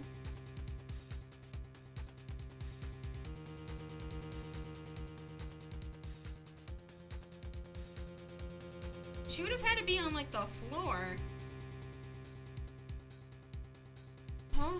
How could he not have seen her?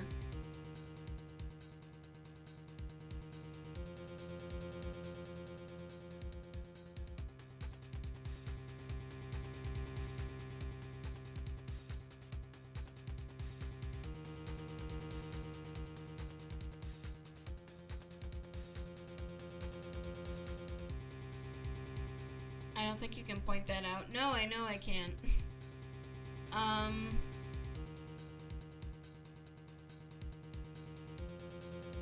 This is Karita's room.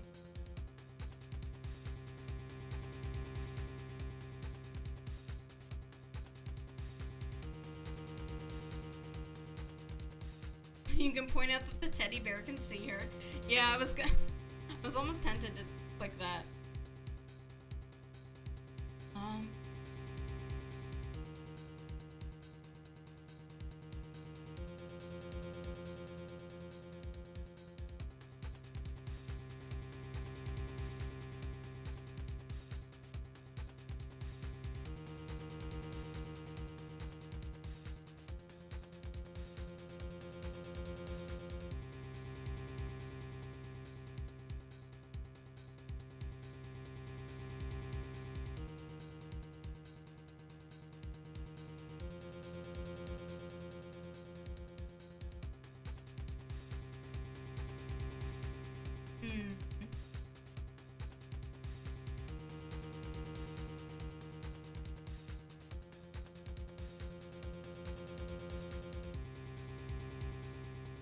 What am I thinking? We got crickets going on up there. I'm looking at everything, but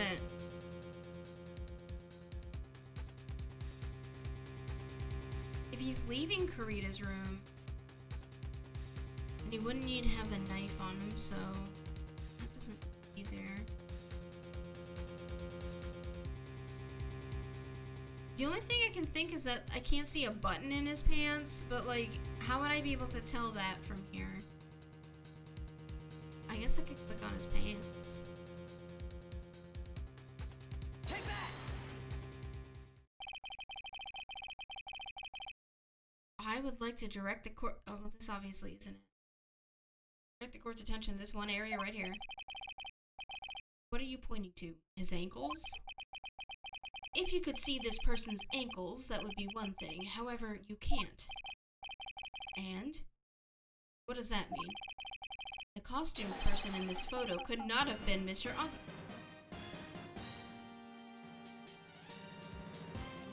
What?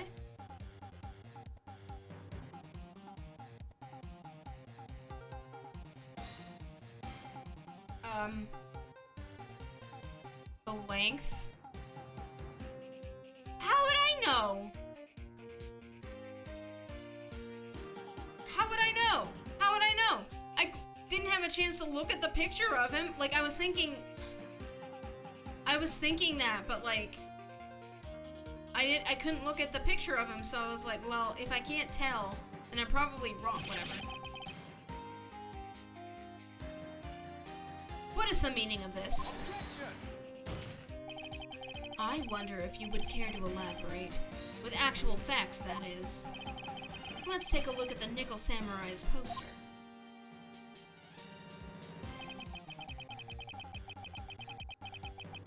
Please pay particular attention to the area around the bottom of the hakama. His socks. You can see his socks. Exactly. However, in this photo... Oh my god, I didn't even... Okay. I didn't even realize that you can't see their feet. Like, we was talking about ankles, and I'm like, yeah, maybe we can't see their ankles. For some reason, the fact that this person's feet were completely gone did not register with me whatsoever. I was thinking about the button. Whatever. Like, in my mind, like, the hakama just, like, replace themselves with, like, baggy, mid-2000s, like, pants that were all the rage, and I didn't, like, even think about it. I don't know why. Whatever, I'll take it. We take these. In the Phoenix mindset, the genuine streamer bluff. I guess so. I was like, oh yeah, he's hip, he's trendy. I wasn't thinking, oh, he's too short. The Nickel Samurai is clearly holding his hakama up just to walk. Well, it doesn't look like he's doing that. Some the Great Wave Hot Topic pants. Okay, but you can envision them, right? You can see them in your mind's eye. The baggy pants with the print on them. Like the flame pants Illumi wears in the beginning of the election arc. Like, I thought these were normal pants for a second. But of course they're not. Big goth pants with chains and shit. Yeah. Hanging super low. They're like straight black. We got the dyed black hair. We got the checkerboard studded belt. Speaking of pants, if Jem gets them, you're gonna have to draw them on their avatar. Well, I can't do that. I bought this avatar or this little thing. But I can commission Hibby again. Be like, can you put some pants on this? Thanks.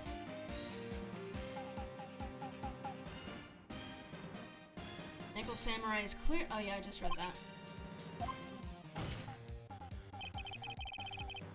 DIY Sharpie art. There's only one explanation for this. The person inside this costume is clearly much shorter than the defendant. Alright, I think I've turned things around for myself this time. That's curious. What is? Edgeworth is unusually calm today. That's true. He's just letting the trial run itself. As if he's only along for the ride. Along for the ride? What do you mean by that? I can only guess that perhaps he doesn't feel under attack at all. Doesn't feel under attack? Then I haven't damaged his case at all? Mr. Edgeworth, where does this leave us? If the person in this photo is not mad on guard, then everything the prosecution has tried to prove has become meaningless.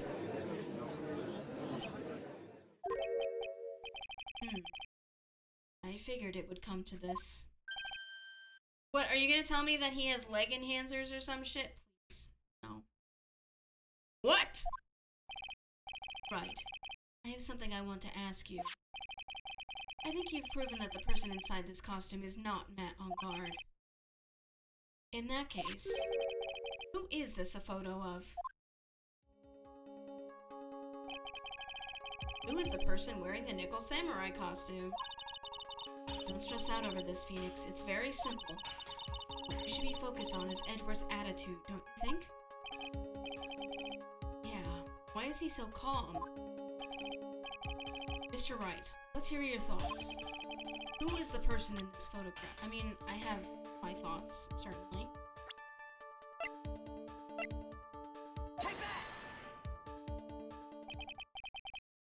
Adrian Andrews? If you want to know who the nickel samurai is, it is none other than this woman.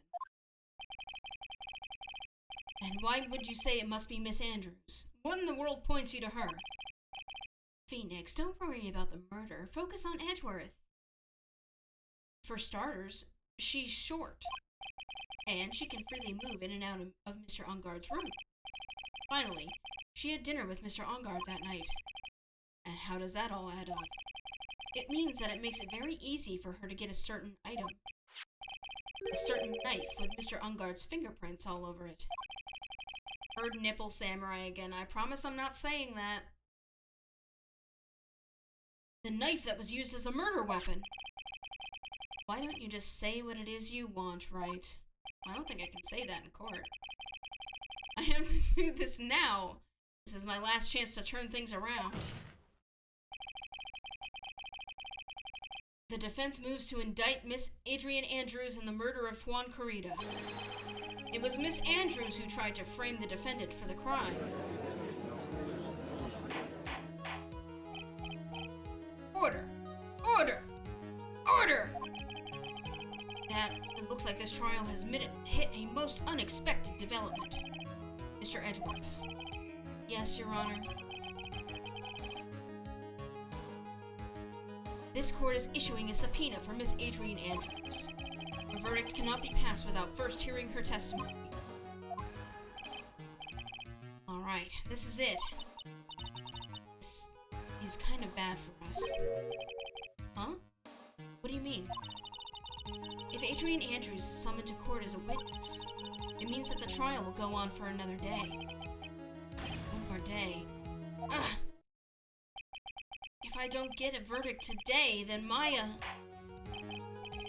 Now then, we shall set Miss Andrews' testimony for tomorrow. What am I supposed to do? The judge is about to adjourn the court.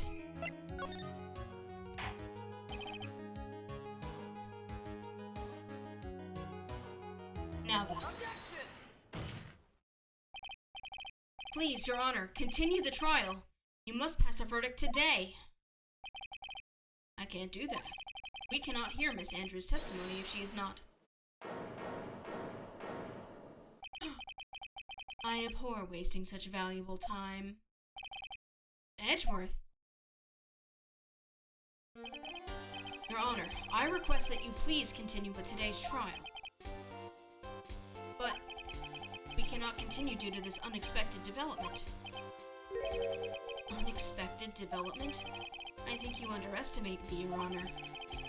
And what do you mean by that? That Mr. Phoenix Wright would slave his way to subpoenaing Miss Adrian Andrews is all happening according to plan. Even if Wright was a bit slow to catch on. What?!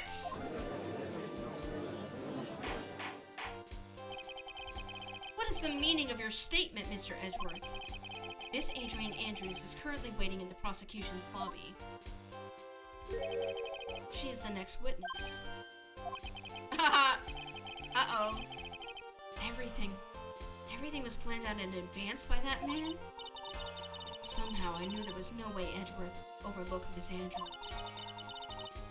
Looks like this battle is far from over. Exactly. Very well. We will call the next witness. However, before we proceed, we shall take a 10-minute recess. Can't talk. Please prepare your witness in that time, Mr. Edgeworth. The dorky music in the background makes it. It is pretty valiant. The court will now take a 10-minute recess. To be continued.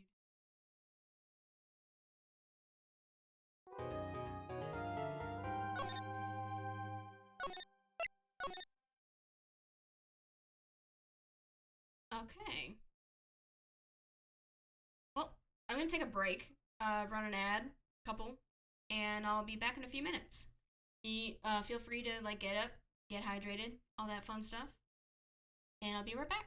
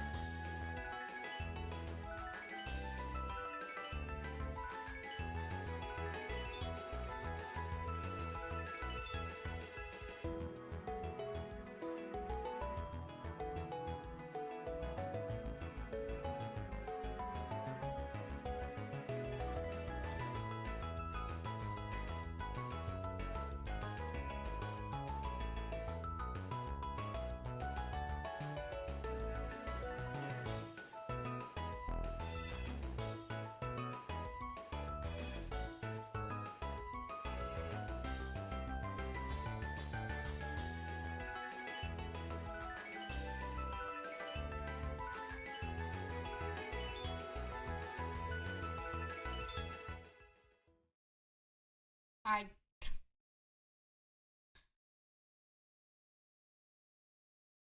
Back. Oh yeah, I think I already saved. Let's go! You guys talking about crackers?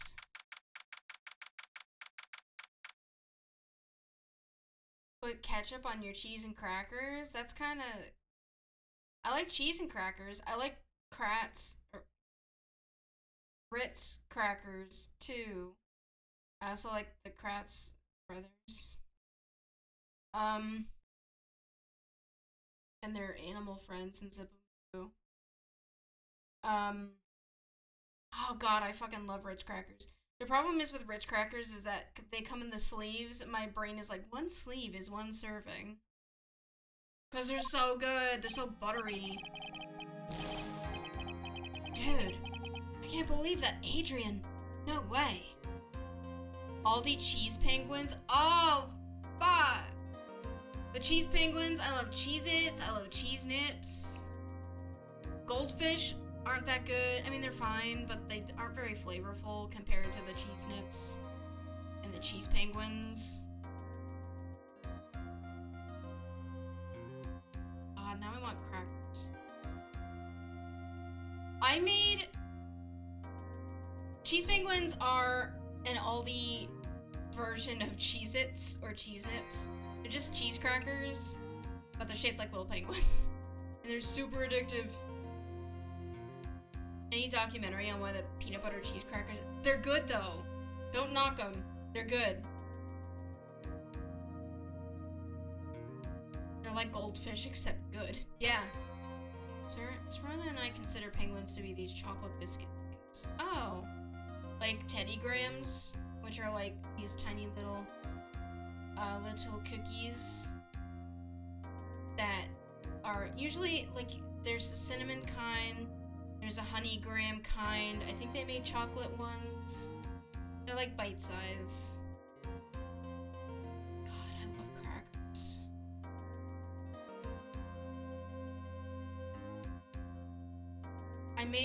Sorry, I know you all want to talk about law, but I'm going to talk about cooking first. For Easter this weekend, I made a spin on, I don't know if you ever heard of pretzel salad. So, whoa! Oh my god, Bomber, hi! Thank you so much for the raid.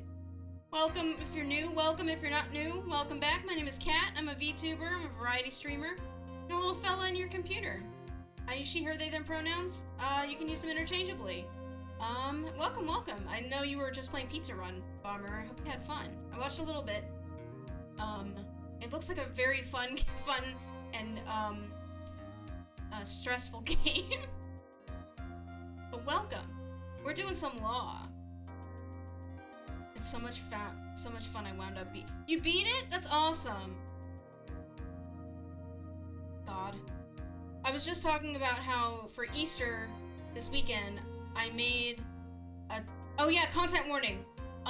Especially now, there's a plot point in this case about suicide. And there's like a picture of it. So, be careful. Take care if you gotta. Tread lightly.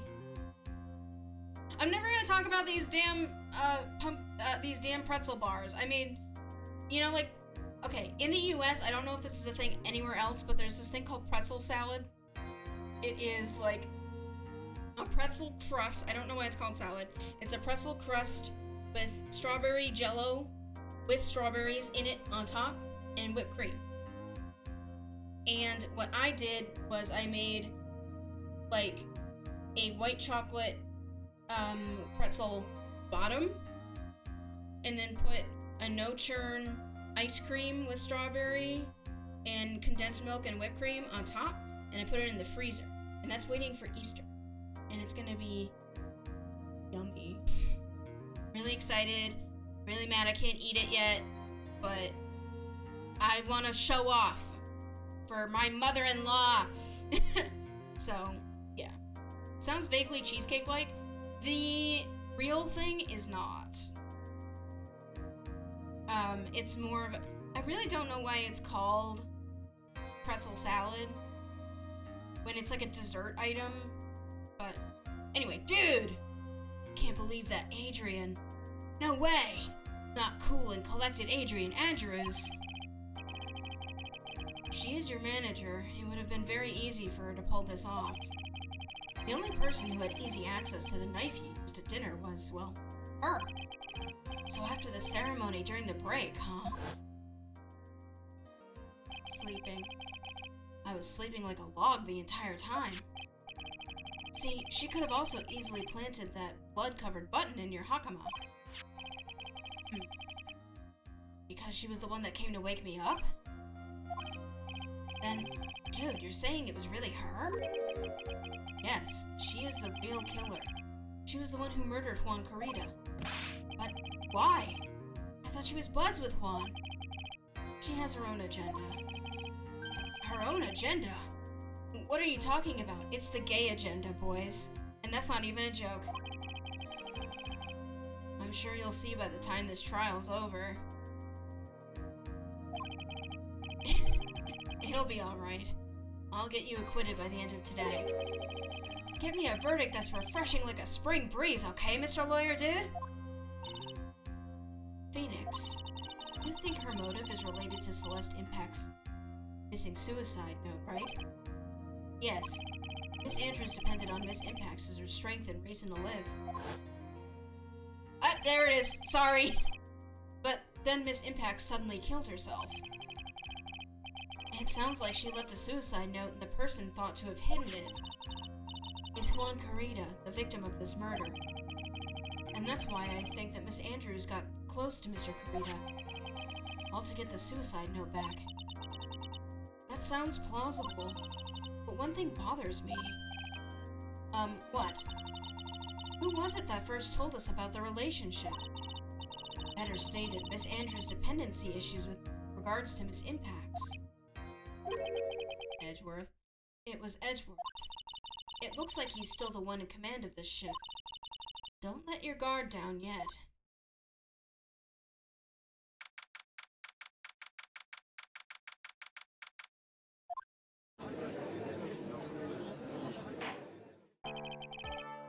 Court will now reconvene. Now then, Mr. Edgeworth, if you please. The prosecution calls the witness subpoenaed by this court. Miss Adrian Andrews, the person who discovered the crime in Mr. Juan Carita's room.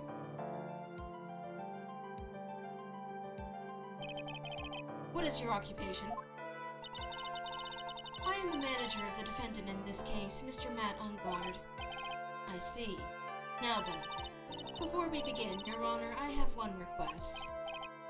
Yes, sure. What is it? I'm sure everyone in this room is wondering the same thing. I would love to find out more about my relationship with the victim. After all, it was the topic of a certain weekly magazine recently. No, I have no idea what you mean. I've never even heard of Gossipland. If the judge was ever a prosecution witness, he'd do all my work for me. Anyway, I was wondering if you could please tell us about your relation to the victim. Yes, I was seeing Mr. Carita. I was also aware of the rivalry that existed between Matt and Juan, but this was a private matter between Juan and myself. So it was a fry and bait matter, or was that bait and fry? Reminds me of fishing. But I didn't kill him. No one is accusing you of that.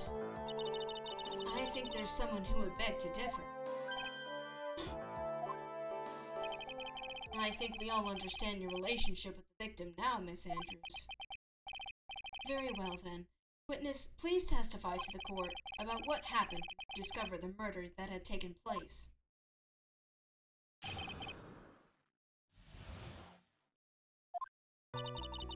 It was time for the show to start, so I went to get Matt from his room. After that, I went to Juan's room. And there was his dead body. I was in shock.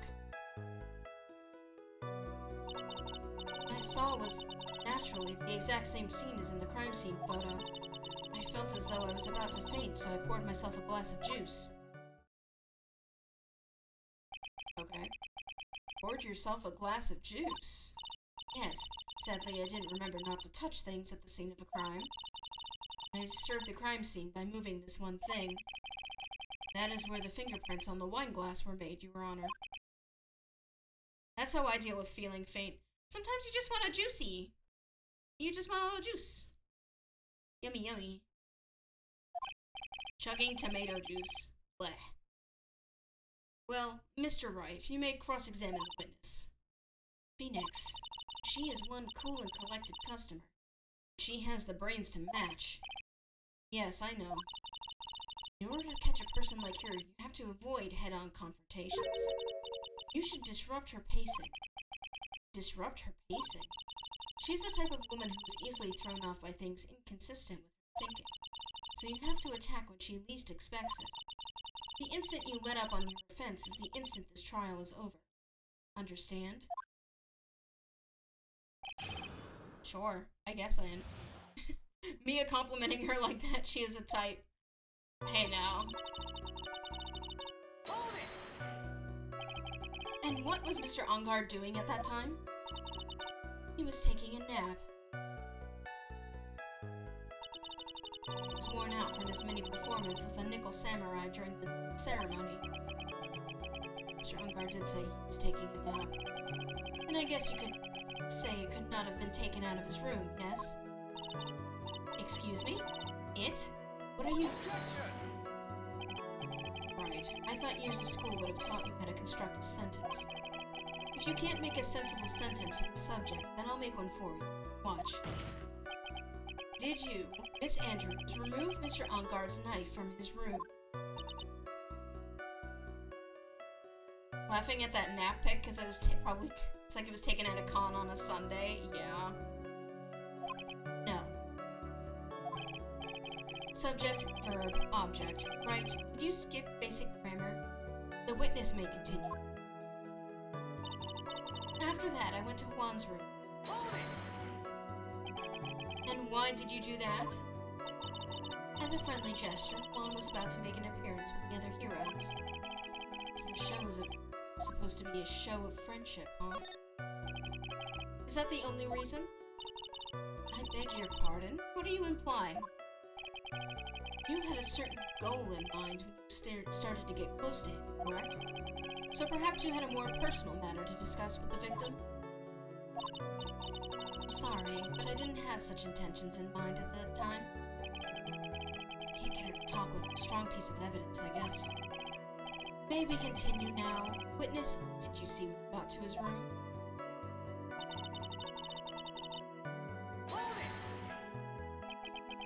You were in shock. What? Was I not supposed to be? Miss Andrews is a very calculating person, and despite how close they were, I doubt she had romantic feelings for Mr. Kurita. And me too. Anyone randomly stumbling upon a dead body would be in shock, and you can't seriously expect that a young beauty like her would not be shocked. Somehow, I don't think beauty has anything to do with being shocked or not. I see.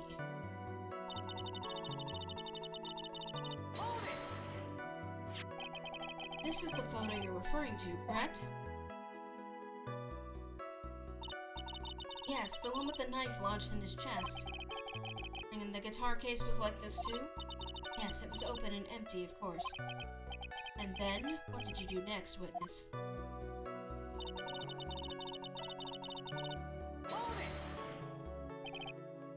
Juice. Juicy? Yes, there was a bottle of tomato juice on the table, so I helped myself. But you didn't drink any of it, did you? Huh? There were no lip marks left on this wine glass to suggest that anyone drank from it. I wasn't feeling terribly great, so I set the glass down, without drinking it. Miss Andrews, I would like to confirm with you one more time.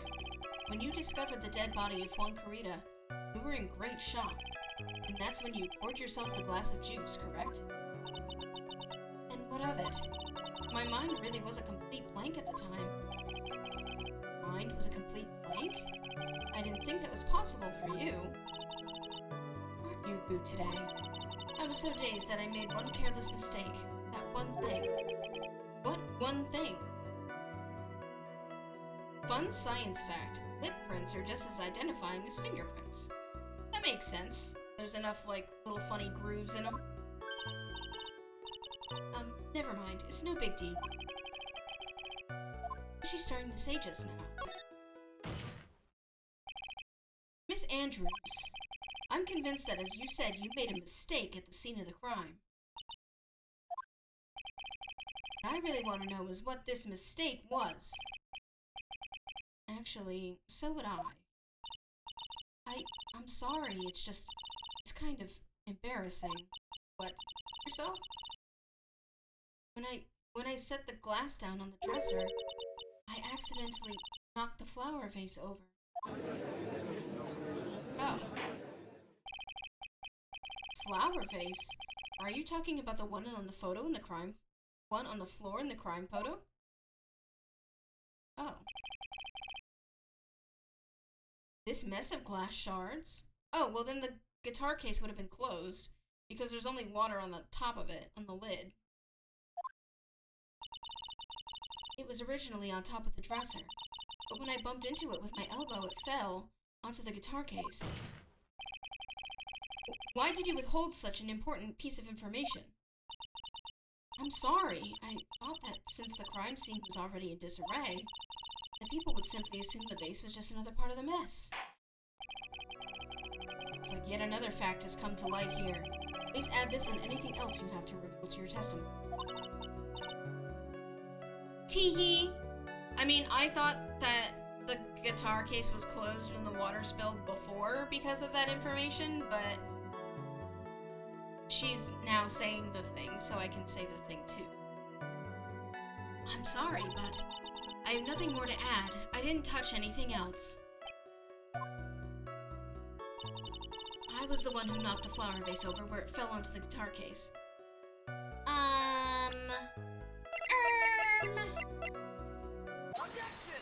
I don't think so. You testified that you knocked the flower vase over. Is this correct? Yes. And are you sure it fell onto the guitar case? Is there some problem with what I said? It's not some problem. It's a major problem. It's true that the top of the guitar case was wet with water. However, that's exactly what's so strange. Miss Andrews, you testified that the vase fell onto the guitar case. However, if that were true, the case should have gotten wet on the inside, not the outside. That's very true. Furthermore, there is one other strange thing about this guitar case. And what is that? Let's take another look at the crime scene photo. It's empty. The remains of the vase are scattered on the floor. And what is wrong with that? If the guitar case was open when the vase fell, the glass shard should be inside, not outside the case. What is your point, Wright? That the case was closed at the time the vase was knocked over? Is that all? No. Think back to what Miss Andrews testified to. She said that other than the vase, she didn't touch anything else. Yes, that's right. She did implicitly say that she didn't touch the guitar case. I guess that's how it works. But this whole matter with the guitar case is a dead end. The bright red guitar was found at the studio. It has no bearing at this case at all. Yeah, who do you think put it there? That may very well be. However, the empty guitar case does seem to have no relation to this case, doesn't it? It seems that there's no deeper meaning to the guitar case. Well, Mr. Wright, do you think we need to hear more details about the guitar case? Yes. The empty guitar case. I believe this is a crucial piece of the puzzle. I can't believe anyone would reach for straws like this, but it is you. I can't believe I'm doing this either. Alright, I'll follow along, for now. Miss Andrews, please testify to the court about the guitar case. Yes, Your Honor.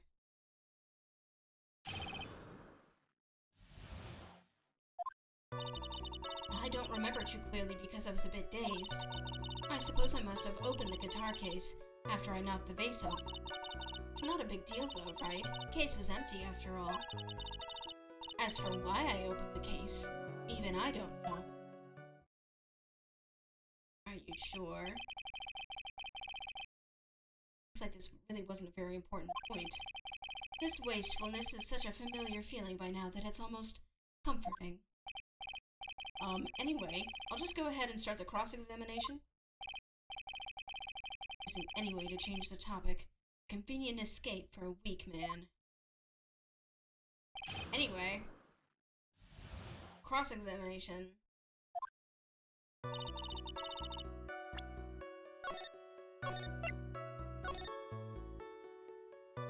Okay. This is strange foreplay. During your testimony just now, did you remember those events clearly in your mind? Well, you see. Are you sure you're the one who opened the guitar case? She's waiting for someone to tell her if she should answer or not. Sounds like her dependent side is taking over. Well, Miss Andrews? Yes, it was me.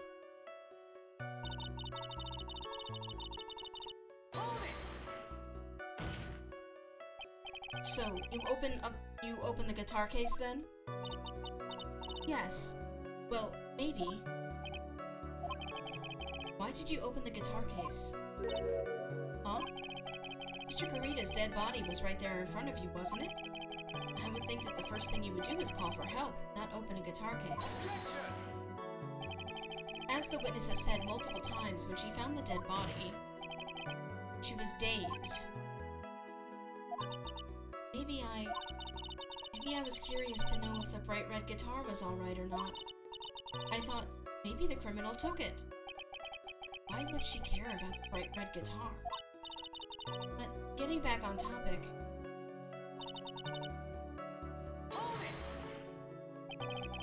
Was it really empty? I was just wondering if maybe when you opened the case, the guitar was still inside. How long have you been a lawyer, Mr. Wright? Have a little professionalism. The bright red guitar was found at the studio. These trials would be over in half the time if you would just pay attention. Yes, pay more attention, Mr. Wright. Sorry.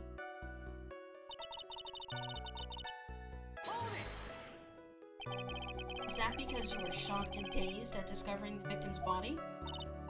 Yes, that's probably it.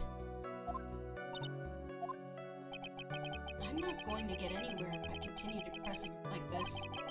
The only way to make her talk is with evidence. I guess I should give it a try. Come on, Phoenix. We can't afford to let up on her now. I wasn't planning on letting up, but she's at her weakest now, so this is our chance. Yeah, if we had a weapon to hit her with. I'm sure a weapon is hiding somewhere in the court record, waiting to be found. Well, let's take a look.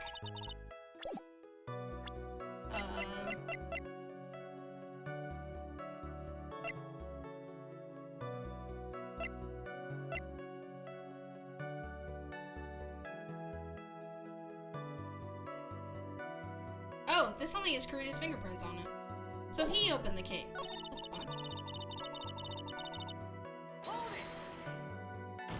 Wait, shit. I hit the wrong button.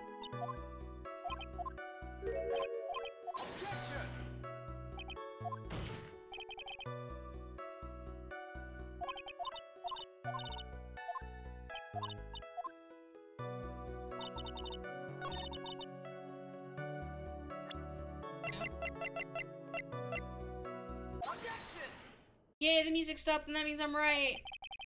There's no way you were the one who opened the guitar case. Why would you say that? It's elementary, my dear. Because the only fingerprints on this guitar case are those of the victim. Ah. What is it, Miss Andrews? You shouldn't assume that I must have left prints just because I touched the case. Oh, were you wearing gloves? What do you mean? What if I were to tell you that I was wearing gloves at the time? Shut up, then. Gloves? But why would you be wearing gloves at the time? Okay, so why were your fingerprints on the fucking thing? It was the night of the awards ceremony, so of course I dressed up for the occasion. Yes, now I remember. I'm almost sure I was wearing a pair of thin gloves. I see. Well, Mr. Wright, it seems the witness was wearing gloves at the scene of the crime. That's fucking weird. We're wearing gloves. Isn't that a little strange? Why is that strange? Do you have something that would prove I was not wearing gloves at the time? Drink up. I have your proof right here. This wine glass. A wine glass? You left your fingerprints very clearly on this wine glass. Ah. Even if you took your gloves off when you poured yourself this glass of juice, wouldn't you think it was just a little strange that you put your gloves back on just to open the guitar case? I broke her glasses! Oh, okay.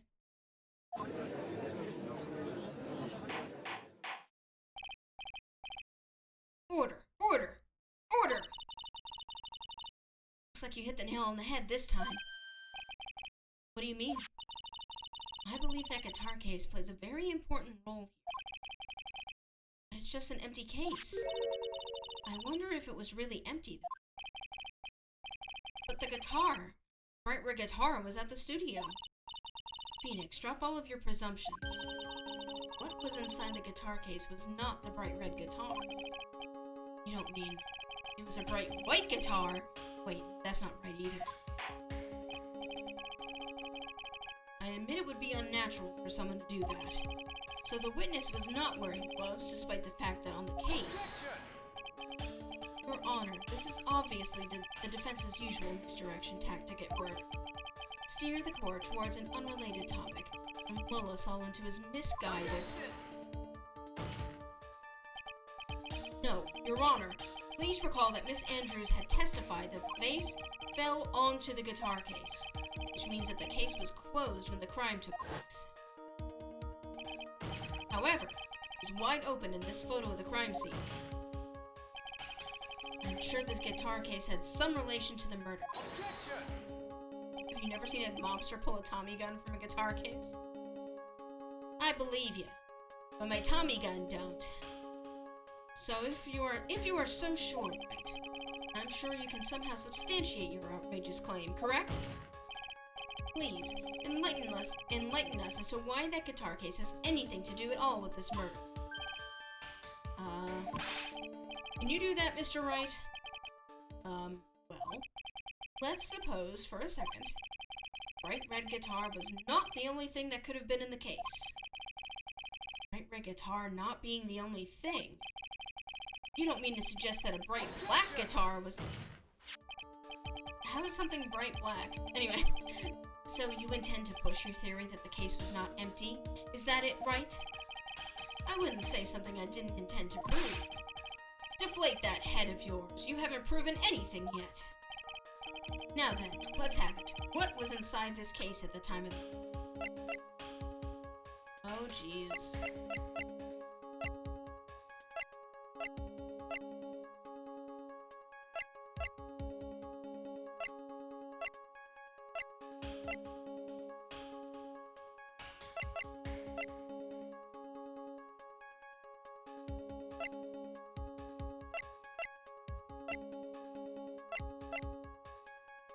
The juice! No.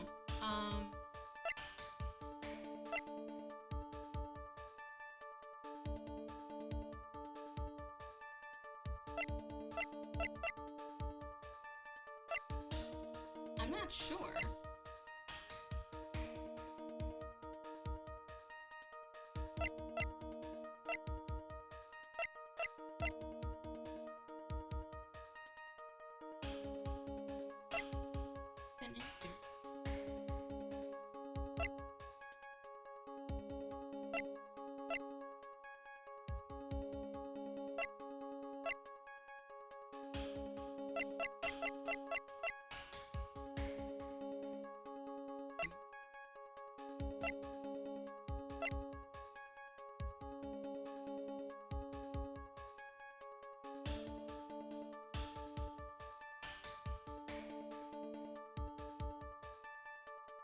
Might have to think outside the proverbial box.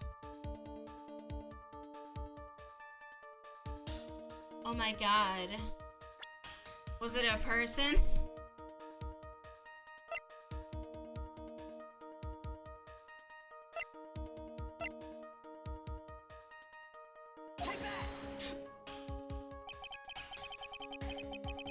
That was an accident.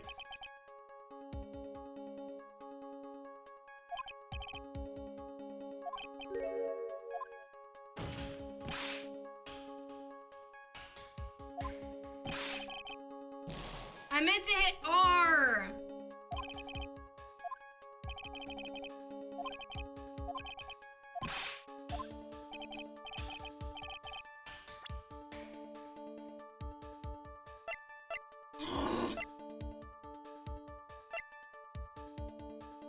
Amazing. Stuffed a body that's been dead for 2 years into a guitar case. Well, you know what? It'd be easier to break up and fit in there. You can put like a leg in the neck hole and like probably fold all the arms so they fit in the big part at the bottom. That's awful. What? You're the one who watches all this crime shit, hon. I'll wake up in the morning, I'll be pouring my cereal, and they buried her in 7 different locations.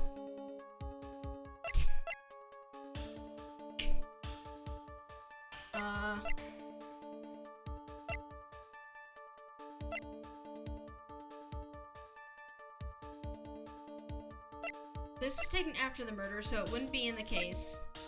This was brought to the room, so it wouldn't be in there. This is a button.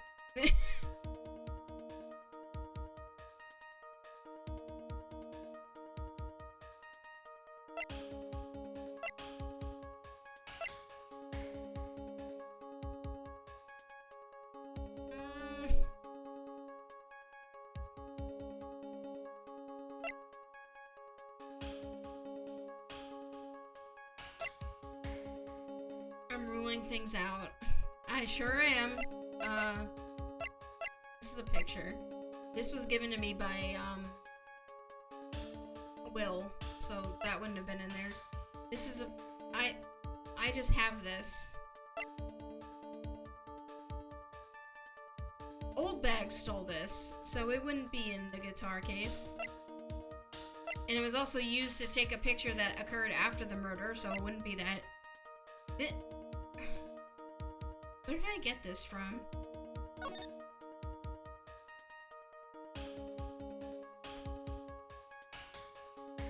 don't think it was.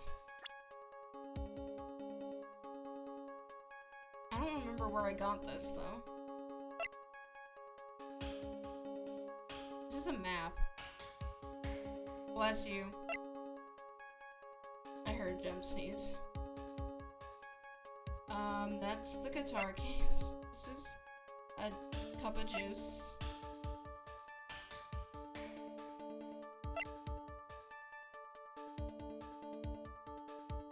This wouldn't have been... No, because he...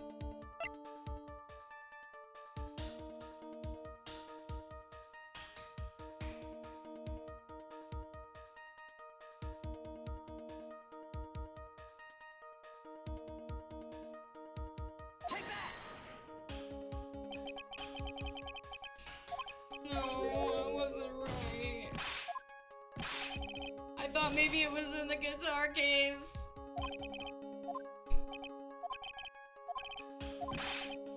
I meant to say like the note was in it.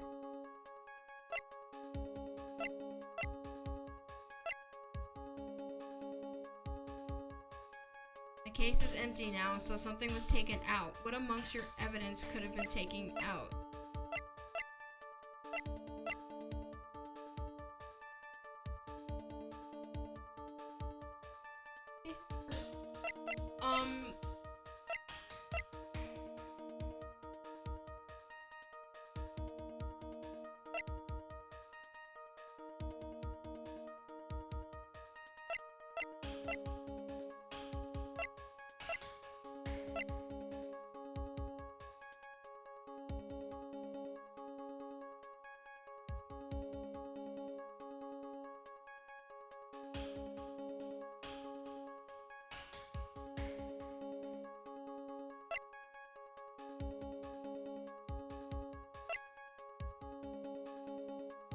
You're confused too?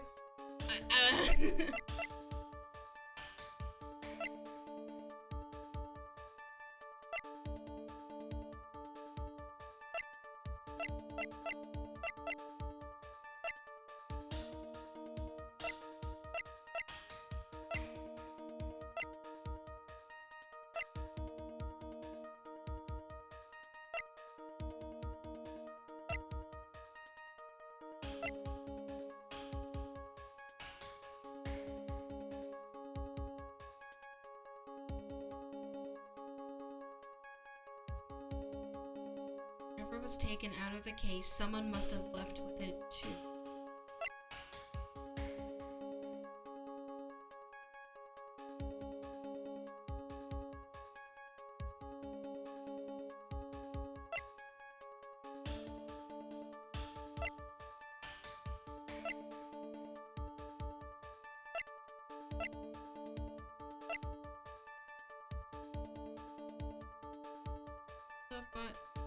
The button wouldn't be in the case, but she would have left with it.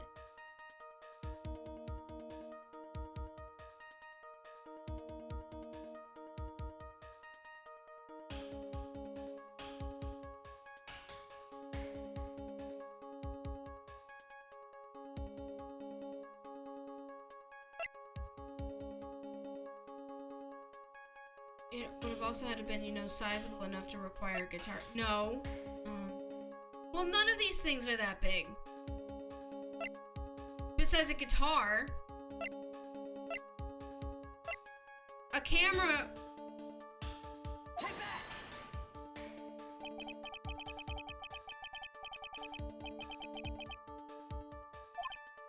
I don't know, I was thinking maybe it had like lenses.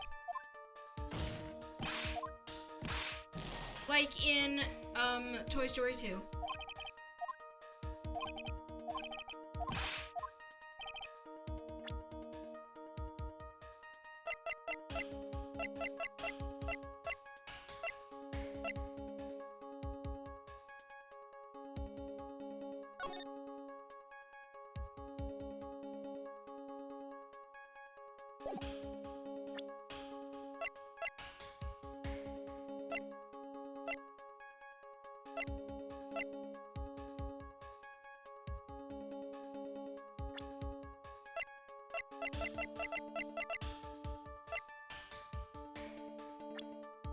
Nothing here is guitar size. What are you talking about? Besides the guitar case.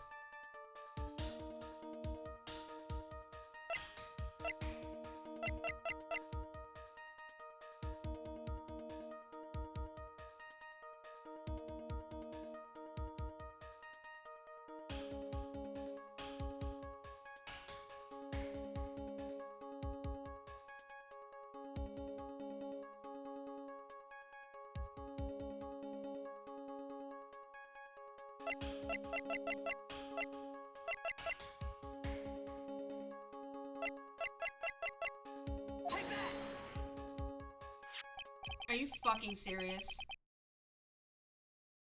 His outfit?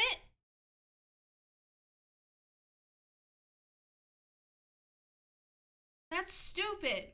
Why would I have any reason to think that? This is a photograph. Yes, but what's important is what's in that picture you're... Remember, she was caught on camera leaving the crime scene in that outfit. Right, but I just assumed that she, like, wore it over there, too. Like, I don't know. It doesn't take a genius to see what I mean. What I'm proposing is, but there's her fingerprints on the tomato juice glass. Oh, yeah.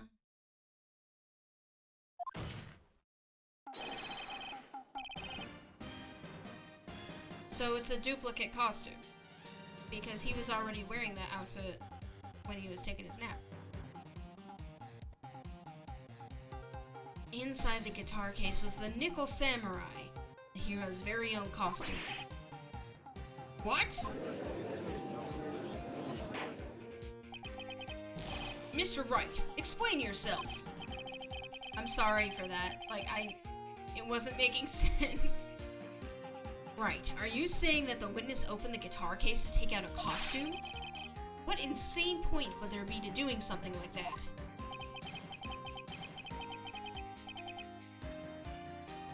That insane point would be to wear the costume, of course.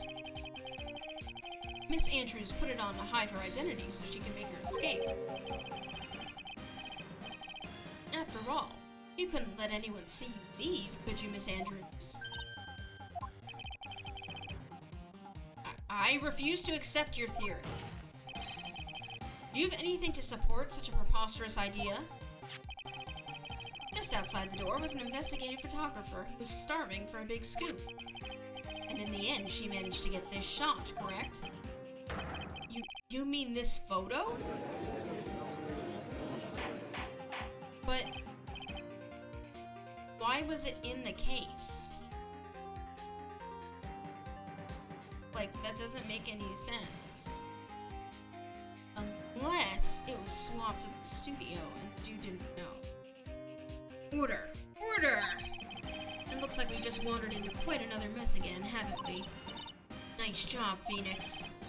Well, you know my strategy. Speak first, think later. So the real murderer was hiding inside a costume. Wait 1 second, Your Honor.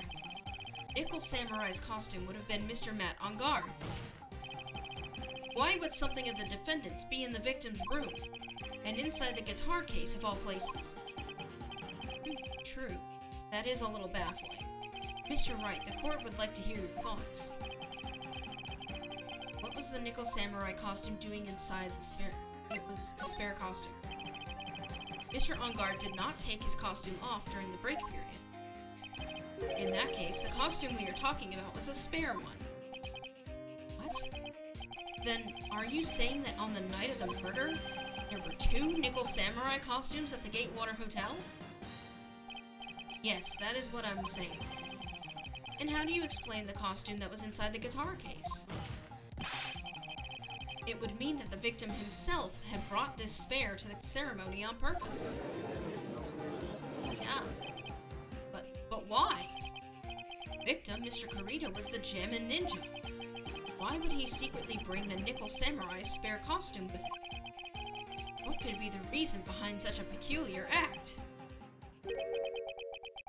And therein lies the sticking point. What are you mumbling to yourself about now? Have you just been rambling all this time without any sense of inner monologue? Huh? No, I just... Mr. Wright, please explain yourself. Why do you think the victim had the Nickel Samurai spare costume?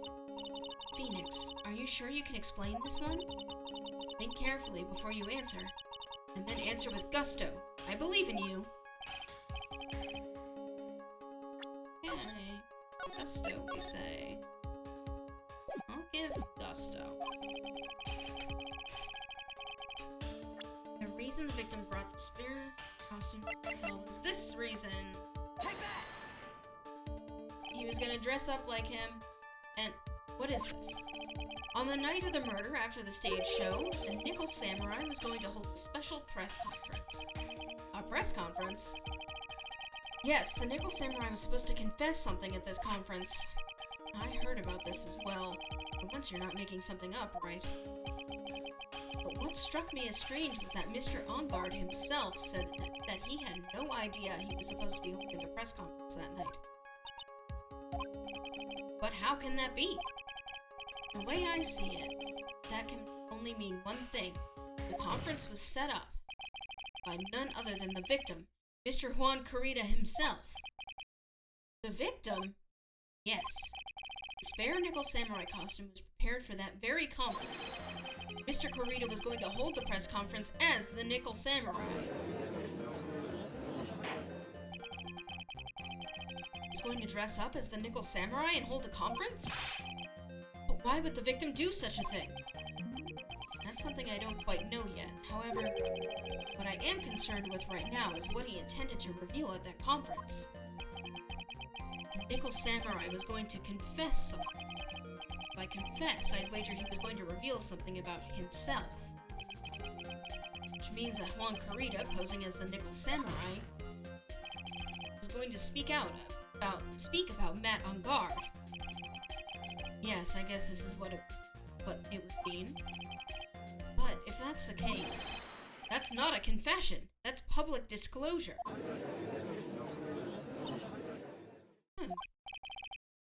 Miss Andrews, I can see why you are pros at what you do. Pardon me?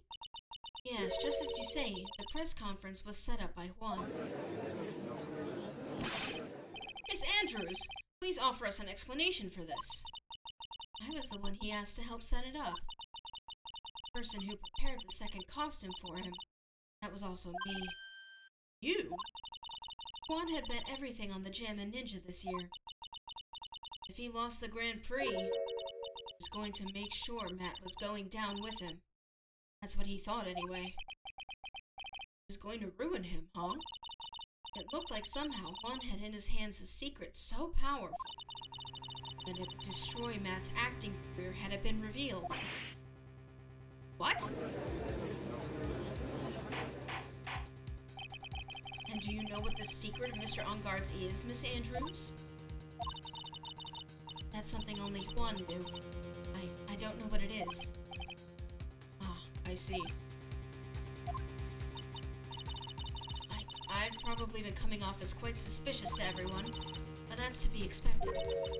I'm trying to protect Matt, after all. Protect Mr. Onguard? And yet again another strange bit of truth comes to light, it seems. Miss Andrews, if you could, please tell us the truth about your behavior. Yes, Your Honor. I understand.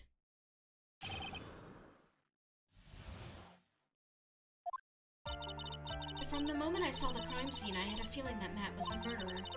Matt had to kill Juan no matter what. He didn't have an alibi for what he was doing at the time of the murder. My thoughts were confirmed by the evidence, of course, the button and the knife. But I'm Matt's manager, so I felt that I had to protect him. What? What are you talking about? This does account for everything. Well, I am the logical type. Finally seeing her true self. She's more nervous than a scared rabbit. And if the defense can find no fault with this testimony, I'm ready to make a ruling. Please keep that in mind as you cross-examine Mr. Wright.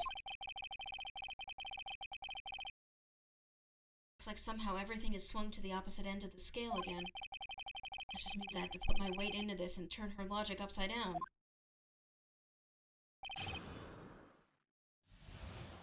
Yeah, that was just like nothing.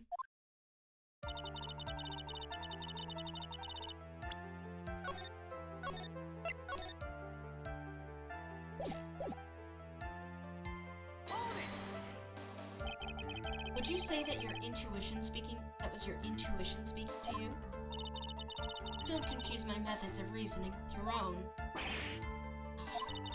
If you want to prove that someone did something, you need three things. A motive, an opportunity to commit the crime, and finally, decisive evidence. And if you think these three things through, the answer becomes quite clear. You should have already known that, Phoenix. They didn't teach that to us in school. At least not from what I remember. May I continue now?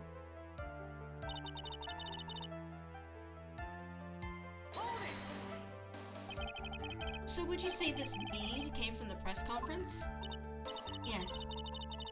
Do you know why Juan chose that event and that hotel for the conference? Because that was when he could cause the most damage to the public's beloved Matt on guard. And you knew of this plan, didn't you, Miss Andrews? Yes, because I was the one who set up the conference and prepared the costume. But I'm sure Mr. Onguard himself didn't know anything about the press conference. Oh, really? Can you show me any proof that he didn't know about the press conference? But anyway, the important thing here is that this information was not in your testimony. Yes, I agree. Miss Andrews, please correct your testimony, if you please. Grasping at straws now, are we, Mr. Wright?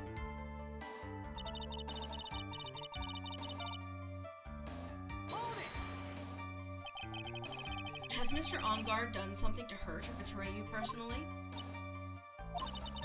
Why do you ask? You were the one who helped Mr. Kurita with his press conference.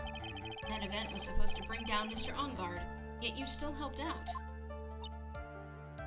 Objection! The person on trial right now is Mr. Ongard, right? What the witness was thinking, helping the victim with his plan, is none of our concern. In any case, this means that the defendant had a motive to kill. Why do I keep doing this to myself? Hold it! But didn't you already testify earlier that Mr. Ongard was taking a nap in his room? Are you telling me now that that too was a lie so you could cover for Mr. Ongard? I'm not telling you anything of the sort. When I went to get him for the show, he honestly was sleeping. However, as to whether he was sleeping the entire time, that I cannot say. I was too busy setting up the stage at the time. I keep trying, but I can find no flaws with what Miss Andrews has said. I can't say the same for some people here in this courtroom, however. The judge is glaring straight at Mia. He's glaring at you, smart eye.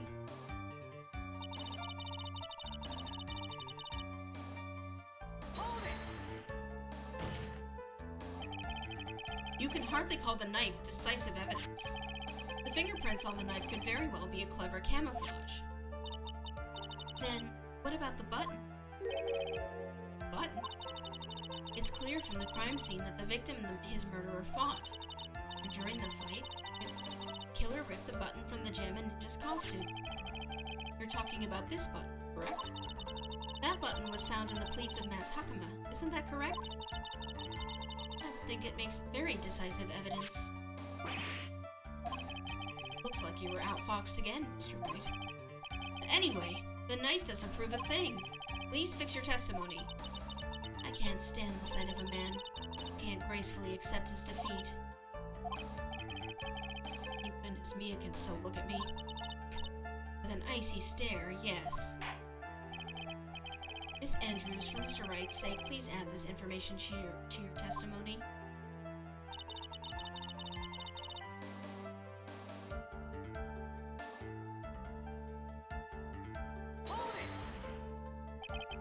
And how did you know that? When the ends of the threads on the button and the costume were matched up, they were found to fit together perfectly. Or so I heard. I've heard that before, too. But why would Miss Andrews know about this case down to such a fine detail? Don't look at me like that, just because I'm prepared and you're not. And I thought I had her this time for sure. If there's anything to trip her up on, it has to be here. Where and what? Just a second.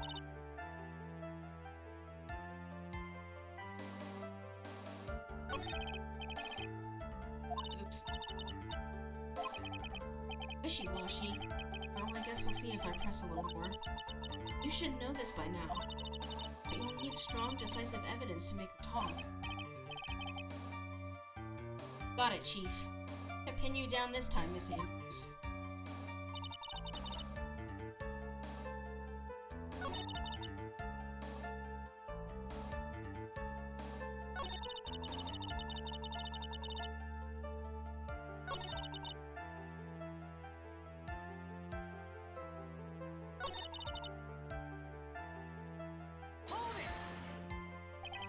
But what you really did was stab the guy in the back, didn't you? And at the worst possible time. Objection!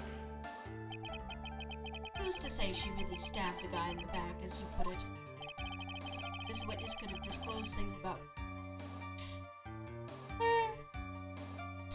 Sorry. This witness could have disclosed things about Mr. Ongard at any time. Why then would she wait until there was a large audience before doing so? It's the same reason why Mr. Kurita planned such an elaborate conference. Miss Andrews wanted to cause Mr. Ongard as much damage as she possibly could. This witness bears ill will towards the defendant. Objection! This isn't the Phoenix Wright wax philosophical power hour. Please stop slandering the witness. As I expected, Sandra's testimony seems pretty solid.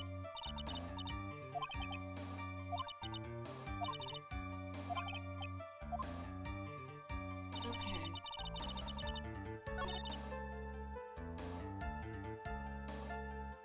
I have...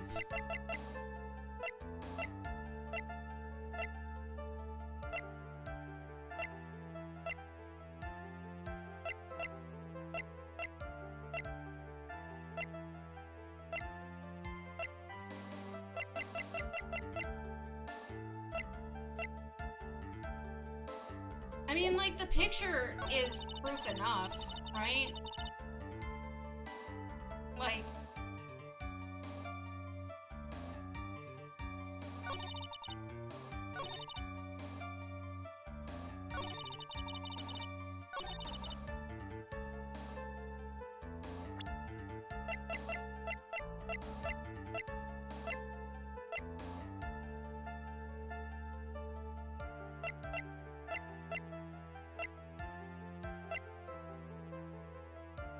Objection!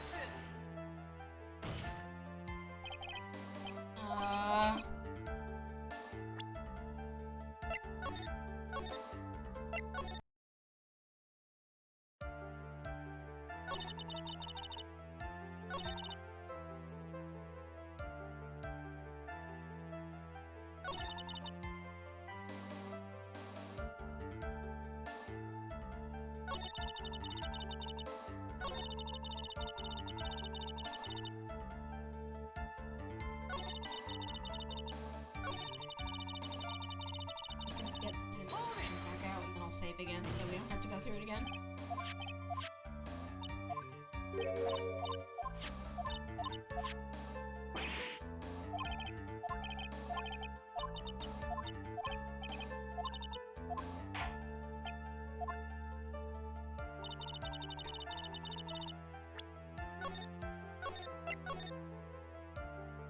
Alright, have a good night, Aspera. Sorry, I'm being slow. Now I'm getting sleepy too. But it's later for you, so go to bed. Have a good night.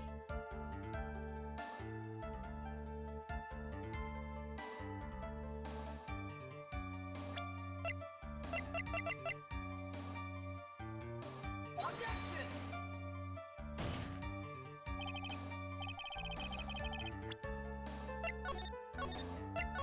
That was silly.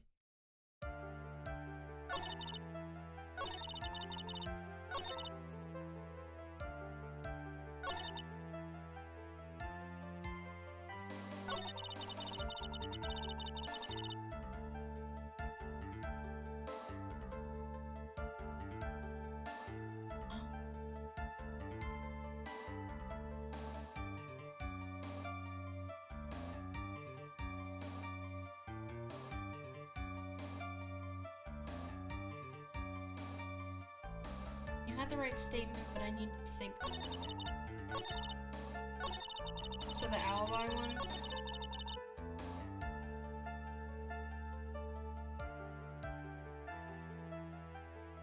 No.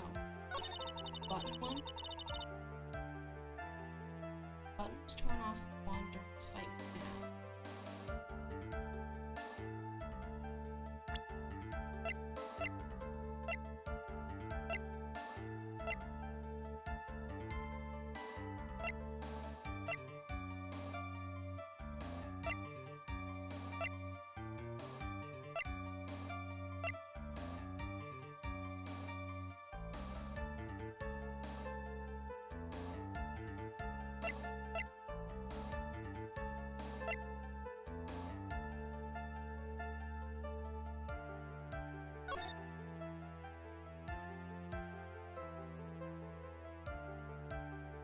Yeah, the button is missing. That's a big button, by the way. I was thinking it was like a little button.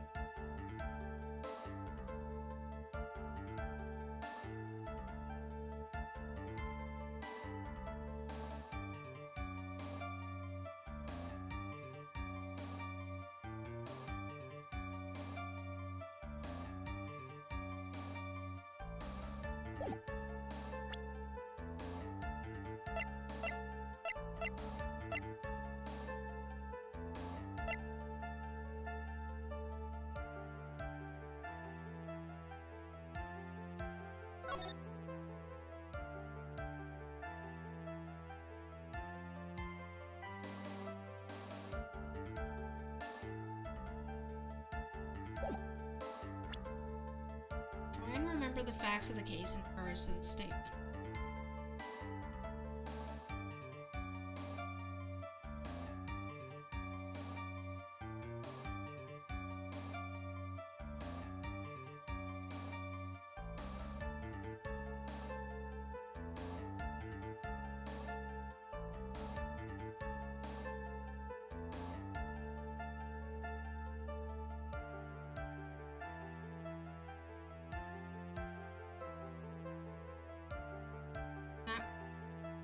Wasn't in there, so is the picture of her right thing? Objection!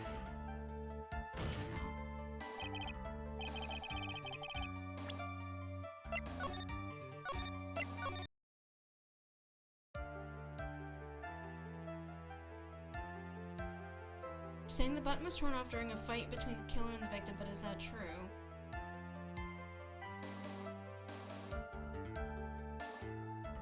I can't prove that they didn't fight.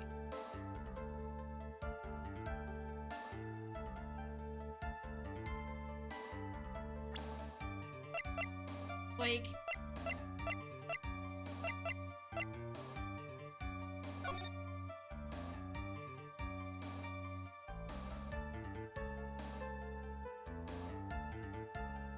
No, remember when the button was torn off.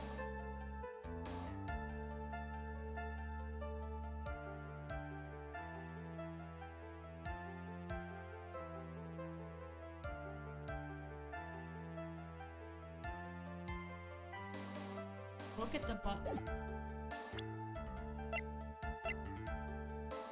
Oh! It has his blood on it, but it was after he was stabbed. So he would have been dead already. Right? So... Sorry, my brain is like running on fumes.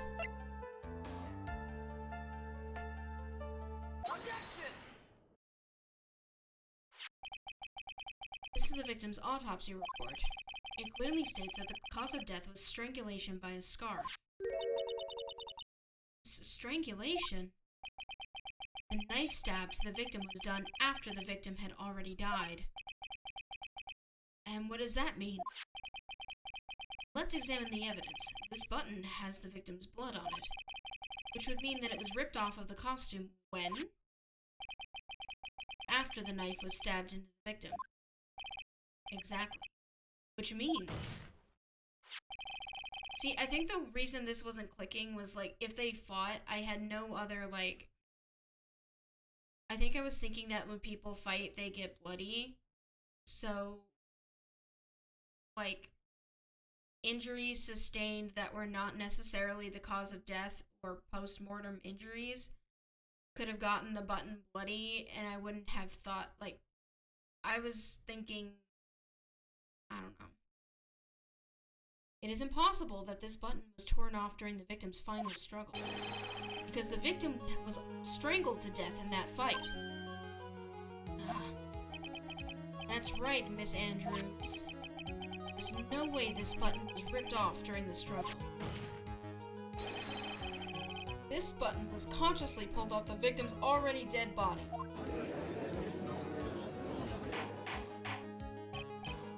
Order! Order! Oh, okay. What is the meaning of this, Wright? So what if the button was torn off the body after the victim had already died? What does that change? Let me ask you one simple question, Mr. Edgeworth. Why was the button torn off? What purpose did that serve? What purpose? We now know that this button was not torn off during the fight, so the murderer took the time and effort to purposely rip this from the victim's body. That would mean that the murderer had something in mind, wouldn't it? Mr. Wright, does this mean... Does this mean you know what the murderer wanted to do with this button? What was it?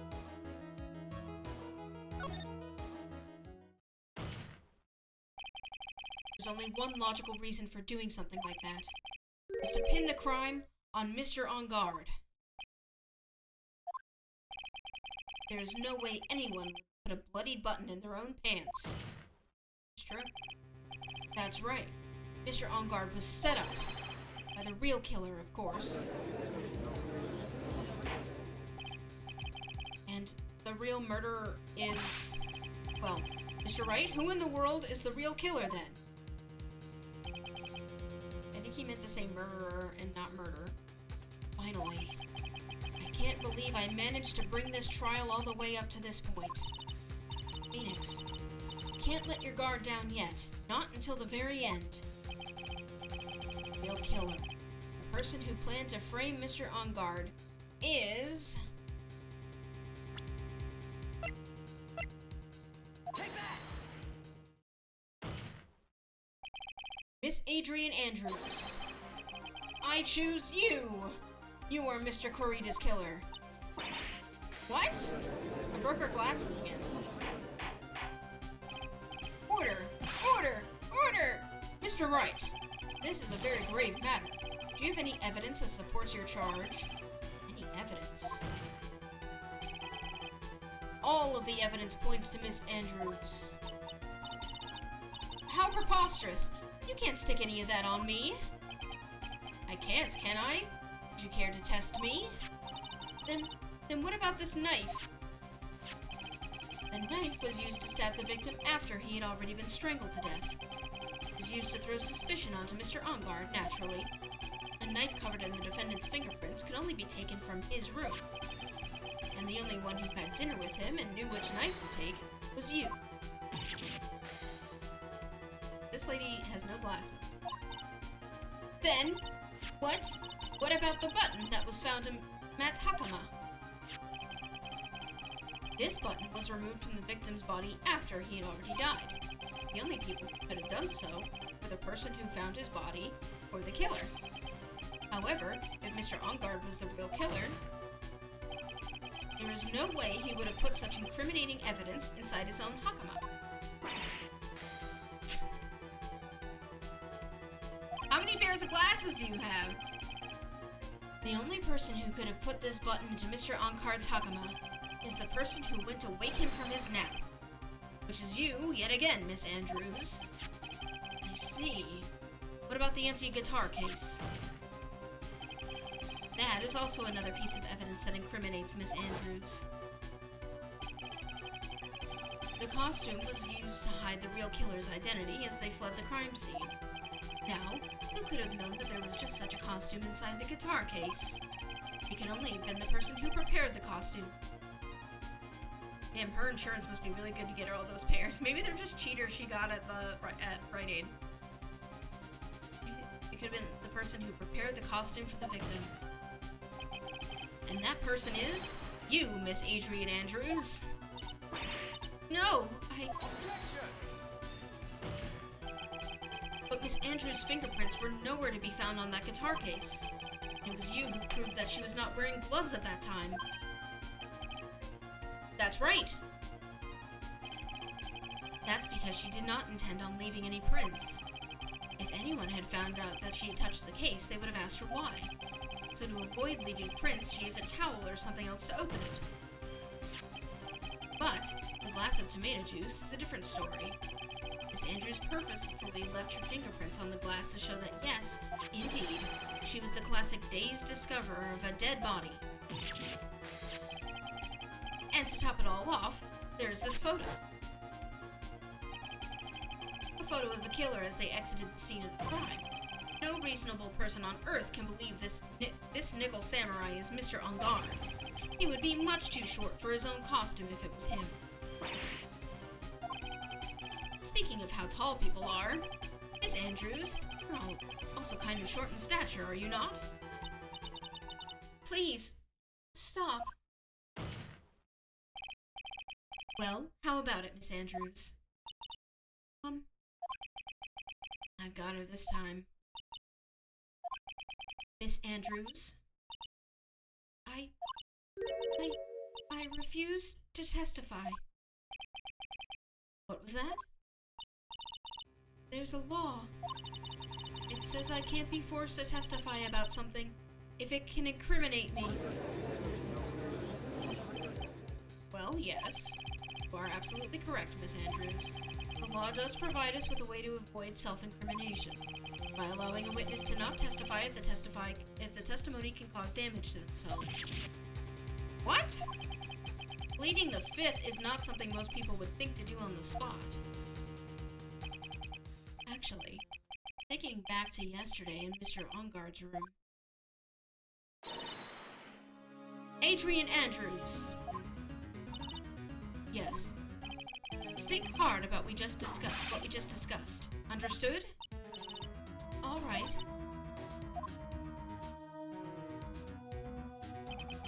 That's it.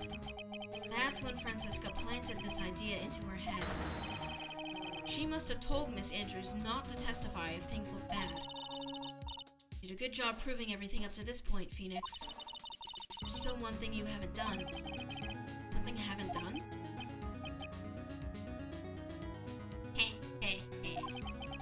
What's wrong, Wright? Are you finished already? Run out of evidence? That is so humorous, Mr. Edgeworth. I'm sure you realize this as well, Your Honor. But everything the good lawyer here has proven up to this point is meaningless. What? Everything you've proven is circumstantial. Circumstantial? Yes, circumstantial. You have yet to provide a single piece of definitive proof. Proof that Miss Andrews did in fact harbor a wish to murder Mr. Carita.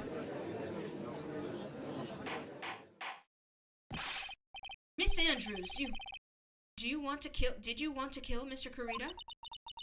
I believe this may lead to me incriminating myself, so I will abstain from answering. But Miss Andrews, if you do that, it would be the same as admitting your guilt, don't you think? Maybe so, or maybe not. There's nothing to prove it either way. Besides, you don't even know what crime I would be guilty of due to my silence. No! She's taking that defiant attitude again. Mia! What should we do? Somehow, we've landed in the worst possible situation. I think we've reached a certain conclusion at this point in time. Miss Adrian Andrews has refused to testify, and the defense's theory that she is the actual murderer has not been fully substantiated with solid definitive proof. But that's not true! In this situation, there's only one thing this court can do, and that is to declare a recess. Recess? I request that both the prosecution and the defense look further into this matter. And at tomorrow's trial... Tomorrow? Can't do tomorrow. You don't have a tomorrow. If you don't get a not guilty verdict today, then... Please wait, Your Honor. That's not necessary. The trial... Please continue the trial. What are you sweating for? The client is getting one more day to live, isn't he? That's not it. This isn't about that. Edgeworth, I know you know who the real killer is. Please, let the trial continue. If I don't get the verdict, then Maya... But it's impossible to continue as long as the witness refuses to testify. Now then, this court is... It is not impossible for this trial to continue. Mr. Edgeworth! What are you... It's true Miss Andrews holds the right against self-incrimination. However, if the topic of conversation were something unrelated to whatever she may be guilty of, then she has no right to withhold testimony. Yes, that is very true, but... Actually, there is one little thing I'm curious about. Miss Andrews... When you found the victim's dead body, you poured yourself a glass of juice. Yes, and? I can't help but think how unnatural that is. Usually, when one finds a body, they're shaken up, not stirring a glass of juice. So my actions were unusual, but I've already... Before you speak, I want to state that if you have a reason behind your actions, I would like you to testify to that effect. Testify? Your Honor, I would like to request that the witness testify again as to what happened when she first discovered the victim's body. Whatever we find out in this testimony should in no way implicate the witness.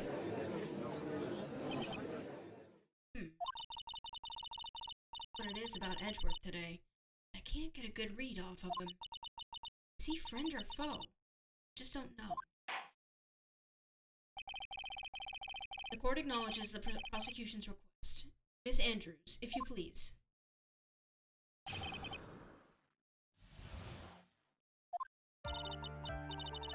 That glass of juice, I didn't really pour it for myself. I was surprised when I walked into the room and saw it in that messy state. And Juan, sitting slumped over and tired looking in the corner. When I saw him sitting like that, the thought that he was dead didn't cross my mind. To be honest, I thought he had just fainted or something, so I went to pour him some juice. When I realized that he was dead, that's when I knocked the flower vase over. Okay.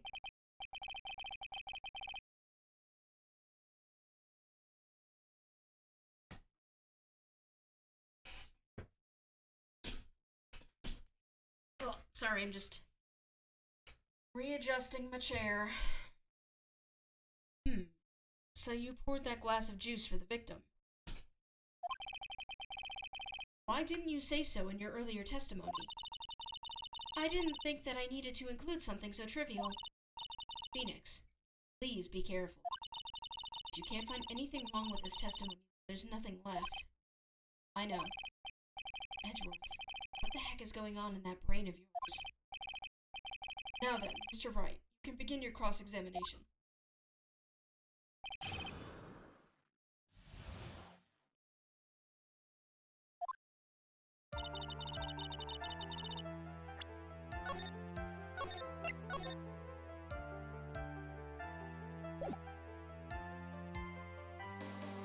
Okay, before I continue, can somebody tell me whether there will be another to be continued before this trial is over?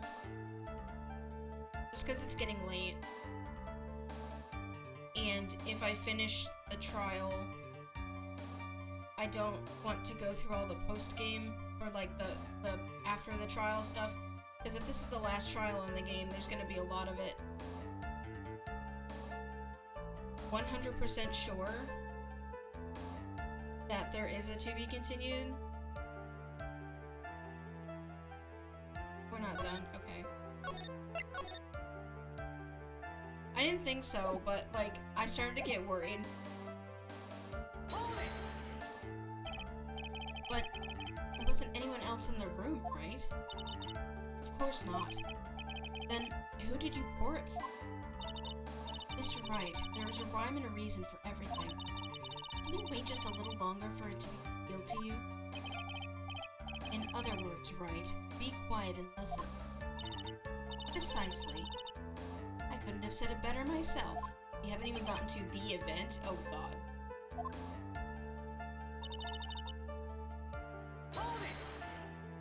Oh, hi, Brittany.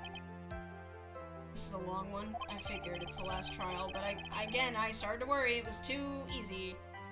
Are you sure it wasn't messy because of your fight with Mr. Corita? I understand your frustrations in not being able to prove your theory. However, before you go accusing people of crimes, go find yourself some evidence. And then, what did you see next, witness?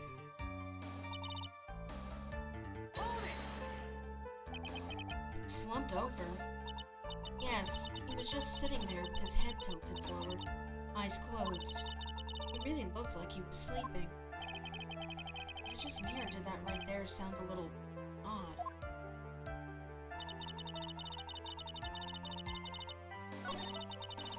He hadn't been stabbed yet.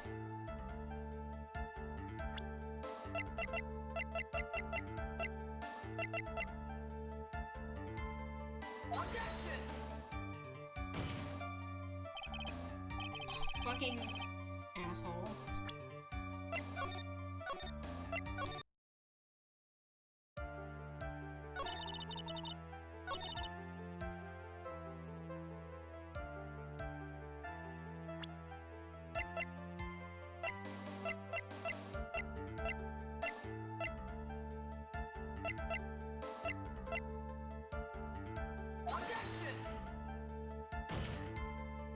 What the fuck?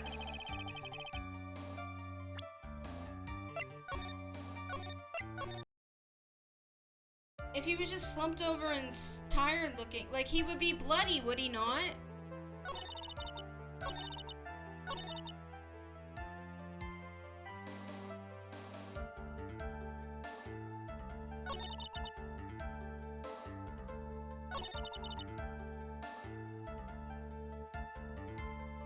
Oh.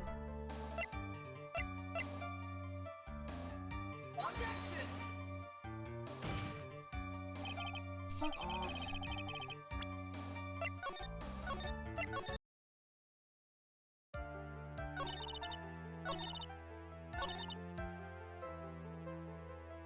Maybe the photo?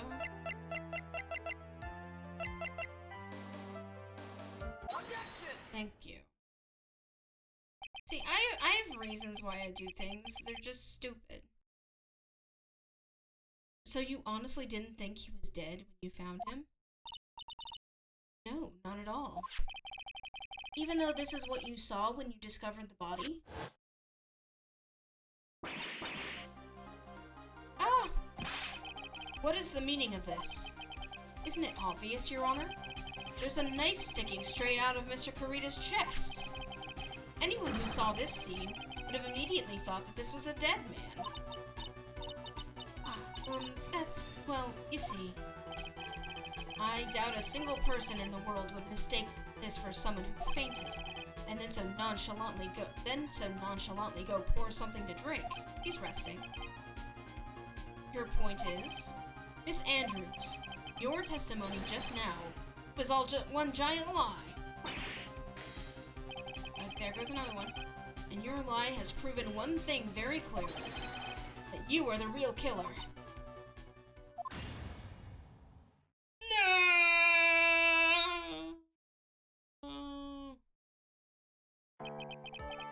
Looks like the defense has somehow brought the ugly truth to light. Defendant, Mr. Matt on guard, is not guilty after all.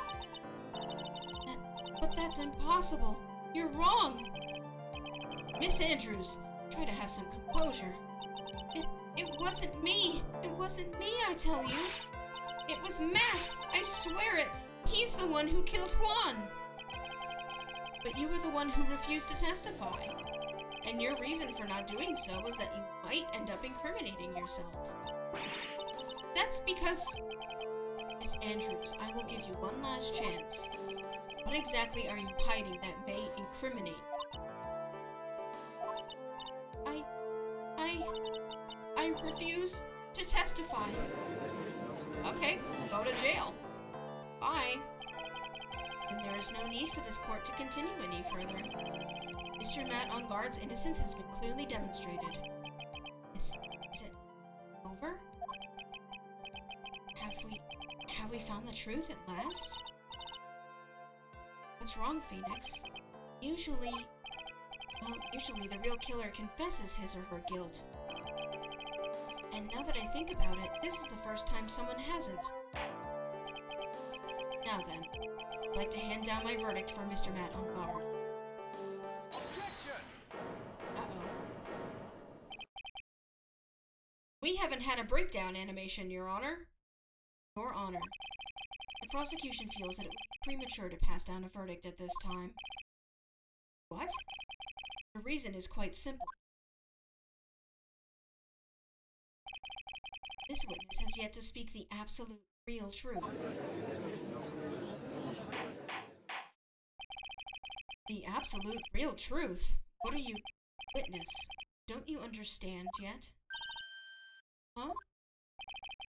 I don't know who planted this silly idea in your head, but as long as you protect yourself through your silence, Matt on guard will go free, and in his place, you will become the guilty party. That's a lie. I don't believe you. What? I was told if I spoke, then it would be all over, and Matt would never be declared guilty. What in the world is she talking about? Has she lost it? I can't speak about it. I'm too scared. It's Franziska von Karma. Huh? Don't you remember, Phoenix? Miss Andrews lives by gripping tightly onto the words of another, because she doesn't have the strength to even herself. She fell for another lady's trap. Then right now, Miss Andrews is... Yesterday, she was tossed a lifesaver by Miss Von Karma. Don't say a word, no matter what happens. If you do, Madame Guard will be acquitted. Miss Andrews undyingly believes in those words right now and is clinging on to them. Then what should we do? This is the first time I've ever come across anything like this. Miss Andrews has to be the killer, right? All we have to do now is get her not guilty. That's my only priority. It wasn't me. I'm begging you, please believe me. This episode is sponsored by BetterHelp.com. Help! Please, someone, help me! Mr. Wright. Yes, Your Honor? Court can't continue on like this, therefore I'd like to hear what you intend to do. What I intend to do? What am I supposed to do? What am I supposed to say? Right. I suggest you think very carefully about this. Think about what this witness did and what she did not do. And think about who is the real mastermind behind this crime. Who's the mastermind? Isn't that obvious? There's no one else it could be except the woman crying over there. Really? Right? Come now. What will you do? What kind of man are you, Mr. Phoenix Wright? Morris Andrews to testify. I have to win a complete acquittal today. There's no way around that. But I can't bring myself to do it like this. Not when she's making a face like that. Miss Andrews, I would like to know what you are really hiding. Mr. Wright, are you sure you know what you're doing? Sure, Mr. Ongard. Get an acquittal, but in his place you would be found guilty. Is this how you really want this trial to end? Be quiet. How dare you? You're trying to trick me. That's enough. I commend you for trying, Mr. Edgeworth. However, it's clear the defense's theory is the truth. You're wrong.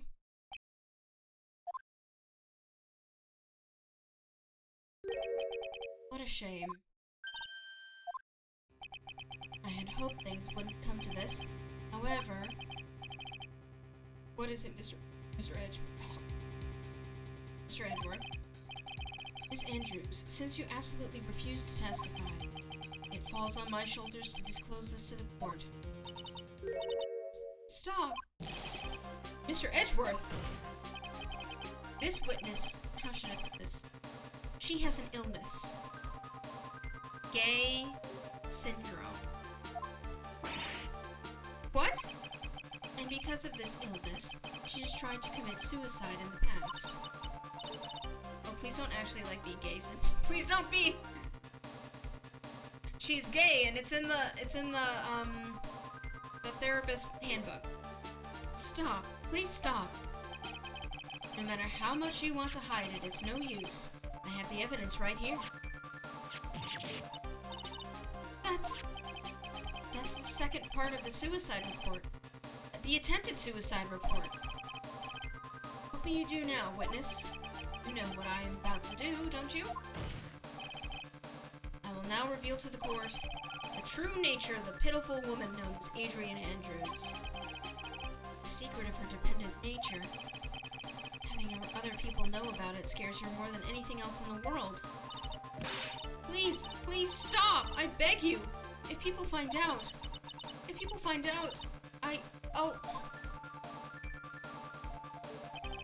If you're going to say that you would choose death, that is of no concern to me. Okay, cool. Edgeworth, how can you be so cold? However, before you die, I will pull the truth from your still breathing lips, no matter what I have to do. Jesus. So, will you tell the court yourself, or shall I? Either is fine with me. I'll talk, but please, help me. Nothing matters anymore. Oh my god, I can't keep doing this. When I first saw him, I really thought he had fainted, honest. When I realized he was dead, that was when I formulated my plan. Once I made sure there was no one in the hallway, I made a dash back to Matt's room. And then, I stabbed Juan's dead body with a knife and ripped off the button. Just when I finished and was returning to Matt's room, I had a bit of an inconvenience. And that's why I ended up using the nickel samurai costume. Stab the body? With a knife? But why would you do that? Isn't it obvious? To pin the blame on a certain person. A certain cowardly man. What do you mean by all of this? It might take this court a little while to understand, but this is the truth. The real killer is Matt, that scumbag of a man. I'll never forgive him. He's trying to escape his guilt again, just like last time. Uh-oh. Last time? So, Miss Andrews stabbed the victim, Juan Carita, in the chest with a knife. However, she didn't do it with murder in mind. She did it with the intent of framing Matt on guard for the murder. And this is her crime. What? How is this possible? I mean, wasn't Miss Andrews supposed to be the real murderer? Mr. Wright, please get over here. Your shock and commence the cross-examination.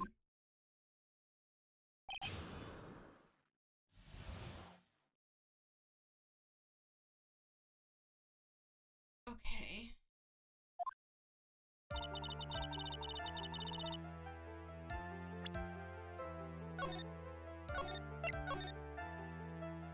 Guys, is it okay if I go to bed? I'm really tired.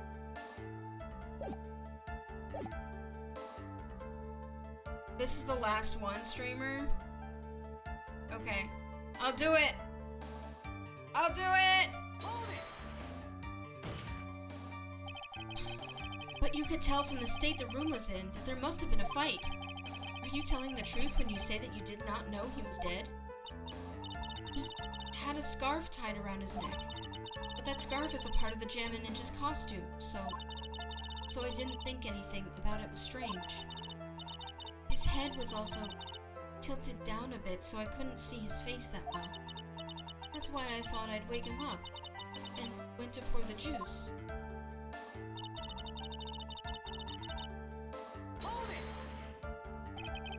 What is this plan you had?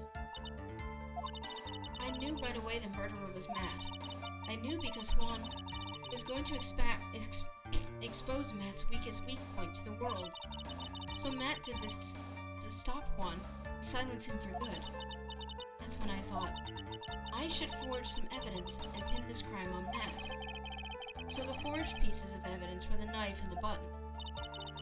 The first thing that came to mind was to plant the knife. Once I made sure there was no one in the hallway, I made a dash back to Matt's room.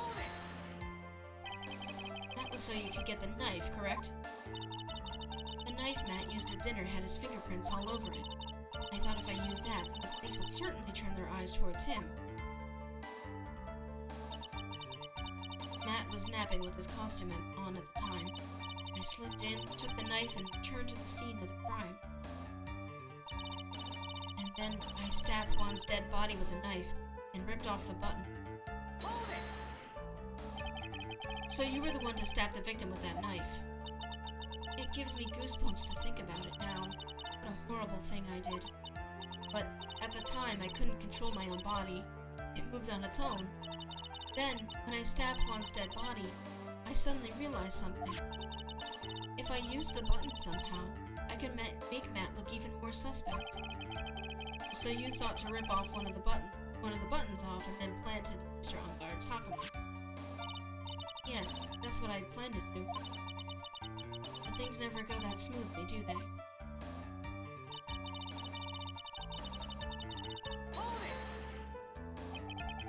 An inconvenience. There was a woman with a camera at the ready loitering in the hallway. behind the bed by spikes, it was Lotta. There was also a woman with a ray gun at the ready, pacing back and forth. That's Miss Oldbag for you. I had already been caught and made into a big scoop for a certain weekly tabloid once, so I couldn't very well go out looking like myself and get caught again.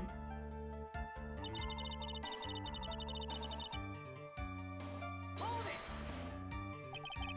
You were the one who prepared that costume, weren't you? Yes, I took it from Global Studios. I also put it in Juan's guitar case the day before the award ceremony. You did this in preparation for the press conference, correct? Yes. Juan wanted to wear that costume and hold a press conference in it. He was going to disclose Matt's big secret there. And what is the secret? That I don't know. Anyway, I thought that if I were to leave Juan's room in the nickel samurai costume, then people wouldn't think Matt was the real murderer. Or think Matt was the real murderer. I was very careful not to leave any fingerprints when I opened the guitar case. I absolutely did not want anyone to know about the costume. I think we've heard enough. So, after that, you went back to Mr. Onguard's room and planted the button. Into Matt's hakama? Yes. After that, I folded up the costume I was wearing and put it in a bag. I snuck out of the hotel and got rid of it. My word, what does all of this mean? Mr. Edgeworth, is it? Real criminal is Matt Onguard. Yesterday, that woman prosecutor sat me down for a talk. Siska, huh? She said that I should, under no circumstances, confess to what I had done. And if I had just kept quiet, then Matt would be found guilty for sure. I had no choice but to believe in her words.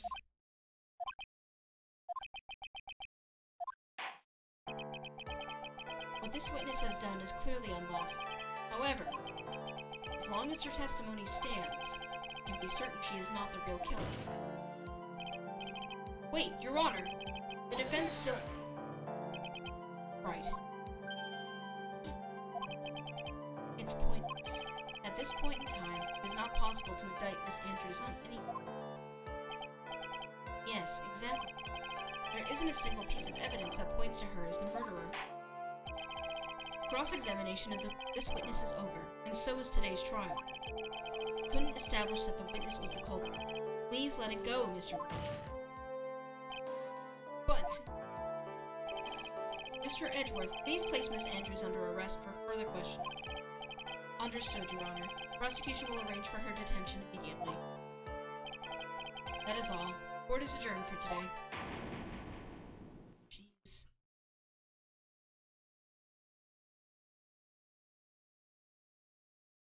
He's gone.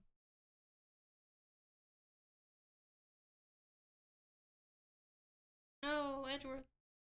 It's okay. Today's trial. It's over. And I didn't win an acquittal. Witness, would you mind if I asked you something? Edgeworth. What is it?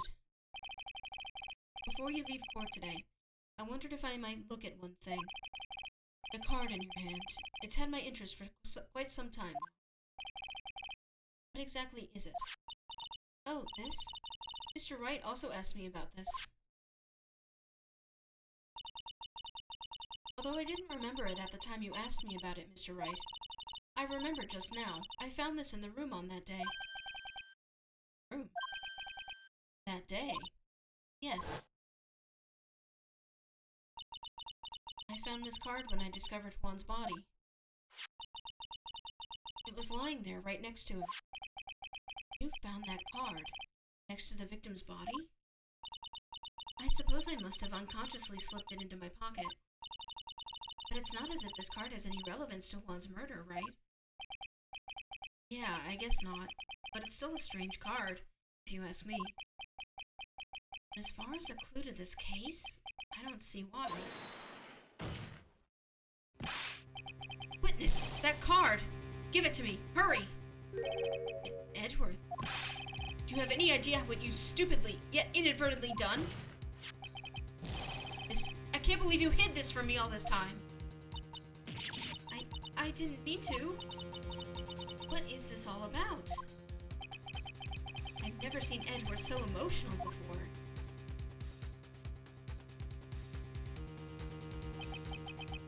A card? What in the world is it? And what does it mean?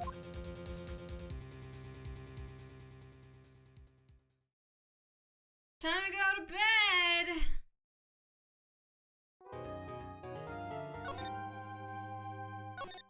Yippee! Oh, more investigation. Yay! Where's my fucking music?